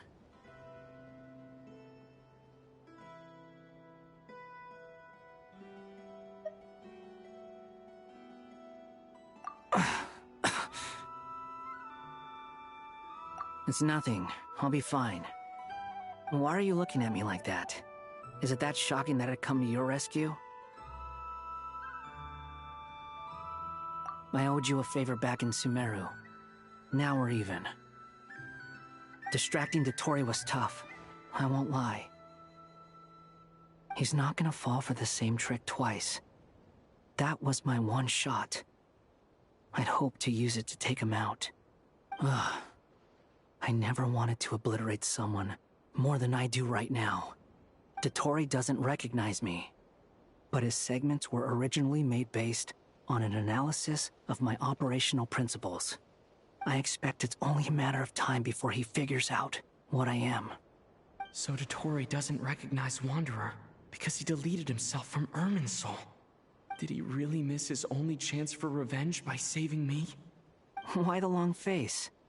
Hey, I'm not blaming you, okay? And I'm not complaining either. Rescuing you and killing Dottore are equally important goals. Everyone would be pretty stuck without you. It's best you live to fight another day. How are you holding up? Are you all right? Hat Guy said to put safety first, so we agreed to run as far away as we could after leaving the energy field, and only meet up once it was safe. You don't look injured. It seems that Dottore didn't do anything to you.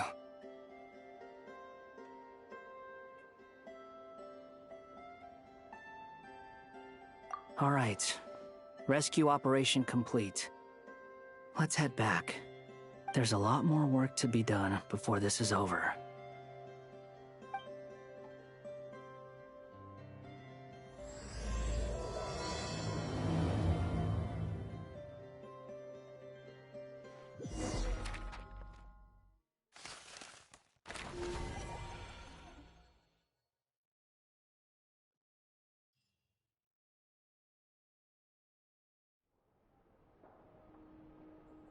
Understood. I will bear the Tsaritsa's degree in mind. I don't see what's so awesome about it, though. Does he really think everyone else is as immature as him? I'm not stooping to Tartaglia's level. I thought you might say that. How's your progress? Quite promising, actually. That alchemist Albedo gave me a few ideas. Remember how I asked you to look up some files for me? That stuff on the Natsitzenkreuz Institute. René de Petrichor and Jakob Ingold. Alain Guillotin despised René's theories and methods, but he never managed to come up with better alternatives either. So I adopted some of René's ideas. I thought Alain was like a father to you. He and René were mortal enemies, were they not? And what would you say if Lenny and his friends one day learned something useful from someone you utterly detested? I would applaud them for it. That would mean that they have surpassed me. For all we know, Alain Guillotin might have thought the same thing. Not that it matters, though. He's dead, and I'm alive. So it's my call to make. Once you die, it doesn't matter how great you were in life. Only the living get to decide what happens next. Hey, come on out. They're back. Huh?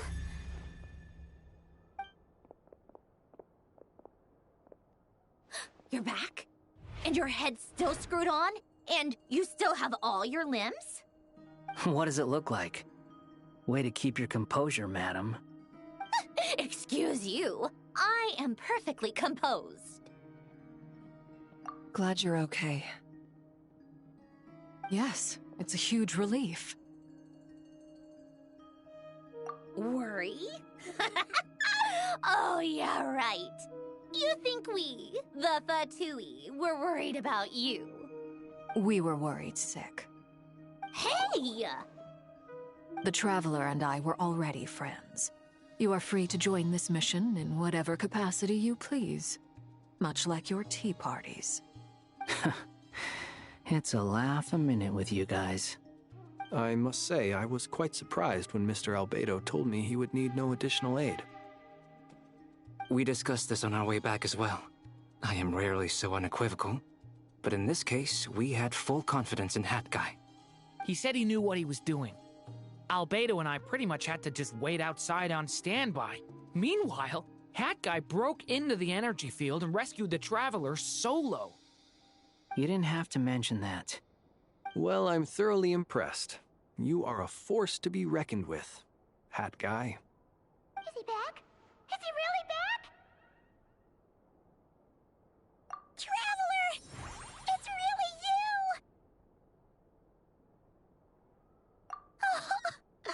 Oh, thank goodness!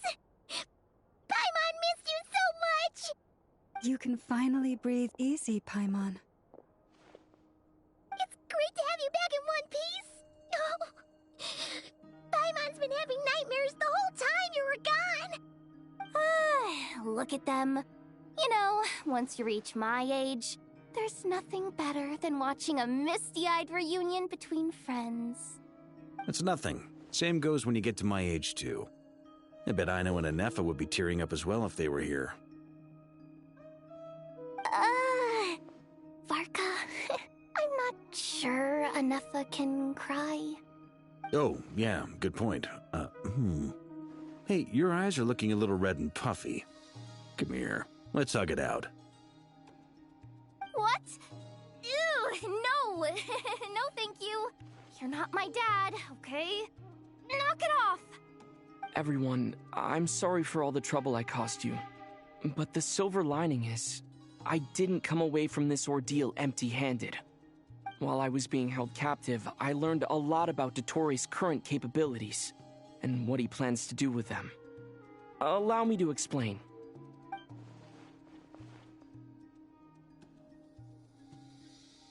The three moon goddesses were even more powerful than we imagined. No wonder Dottore believes himself to be equal to the gods. Maybe even superior. Utter blasphemy. While everyone was gone, Nefer and I made an interesting discovery, and I believe Miss Sandrone has something to share too. Ma'am, perhaps you could do the honors?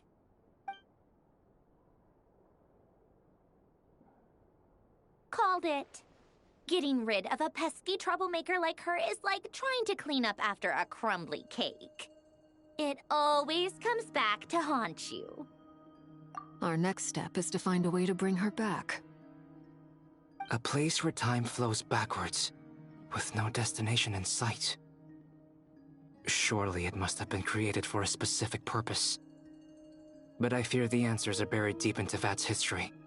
It sounds like she's on a specific path through time, just traveling in the opposite direction to us.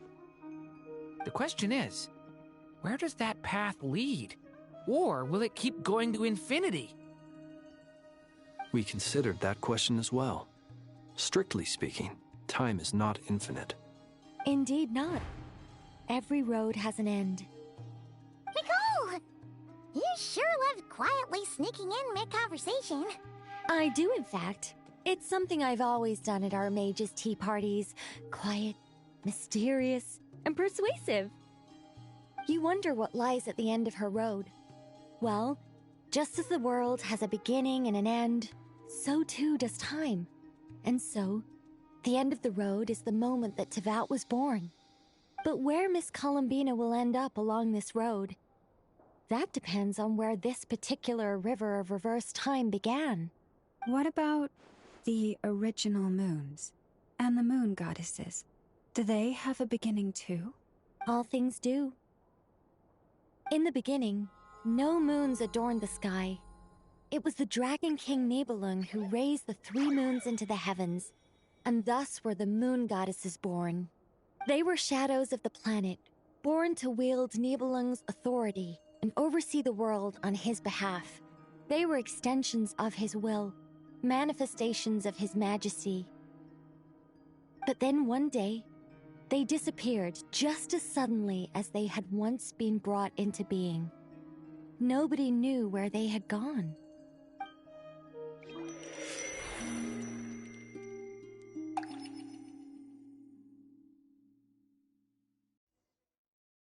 Like I thought, no more paths back to reality have emerged since.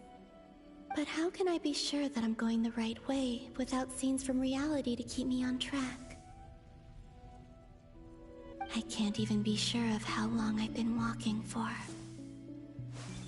The further I travel, the less stable this space becomes. There are even moments where I can sense something that feels like abyssal energy. They can just materialize out of thin air. I have to keep my wits about me.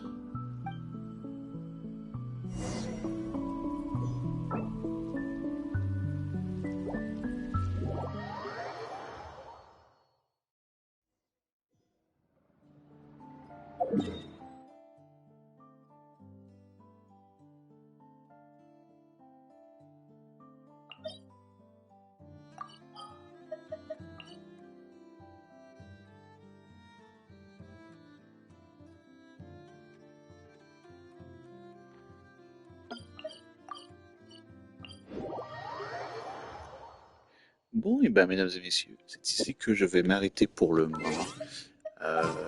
Écoutez, j'essayais d'attendre le plus possible pour que la partie scénario, cinématique et tout finisse, pas pour toutes.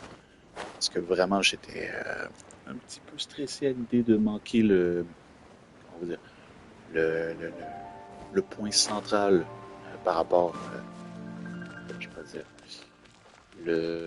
pas le point central. En fait, ce que je voulais dire, c'est l'événement par rapport à aux constellations gratuites qu'on peut obtenir pour les personnages. Donc, les objectifs à remplir par semaine, c'est vraiment juste pour essayer le plus possible de finir. Mais sinon, histoire très très cool, cinématique incroyable, Dottore absolument digne comme personnage. C'est fou de se dire qu'un personnage comme ça peut arriver de nulle part, mais c'est tellement un méchant, insane, déjà en partant. J'ai juste hâte de voir la suite. Ça va juste être très très cool de voir Dottore débarquer avec la suite des choses. Déjà, on est qu'à l'acte 7, il reste encore un acte à accomplir. Donc on est vraiment que sur le début de cette grande fin scénaristique de Pride. Parce que oui, évidemment, je pense à dire que Pride va être vraiment en fait, cette version-là, la version 4, va être la dernière grosse update par rapport à l'histoire principale du jeu de Pride, en fait. Donc on est vraiment sur je dirais, on est sur quand même très très proche de la fin par rapport à l'histoire principale de Not Cry. Donc après ça, il va nous rester au moins 4 updates encore, avec 5 nouveaux personnages qui vont être présents d'ici peu. Déjà, on a Varka qui avait été confirmé, on a Nicole aussi, et il y a 3 autres personnages qui ont été montrés qu'on ne connaît pas encore. Il y a surtout aussi un personnage qui est complètement inconnu parce que le personnage n'a pas été montré en tant que silhouette. Donc on n'a qu'un reflet du personnage en question. Vraiment, va falloir attendre. Il va vraiment falloir attendre pour le moment. Mais j'ai hâte de voir la suite. Pour vrai, je suis très impatient de voir ce qui va s'en venir. Donc, prochain épisode d'ici les prochains jours. Donc, ne vous inquiétez pas, ça va arriver ici. Pour le coup, mesdames et messieurs,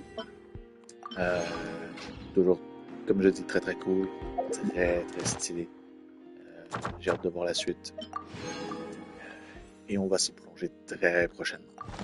Donc, merci beaucoup d'avoir regardé, mesdames et messieurs. On se retrouve très bientôt pour la suite sur Genshin Impact pour l'acte 2 de la version Luna 8, de la Luna 4. Voilà. C'est GeekYoshii pour vous servir. À la prochaine tout le monde. Ciao, ciao.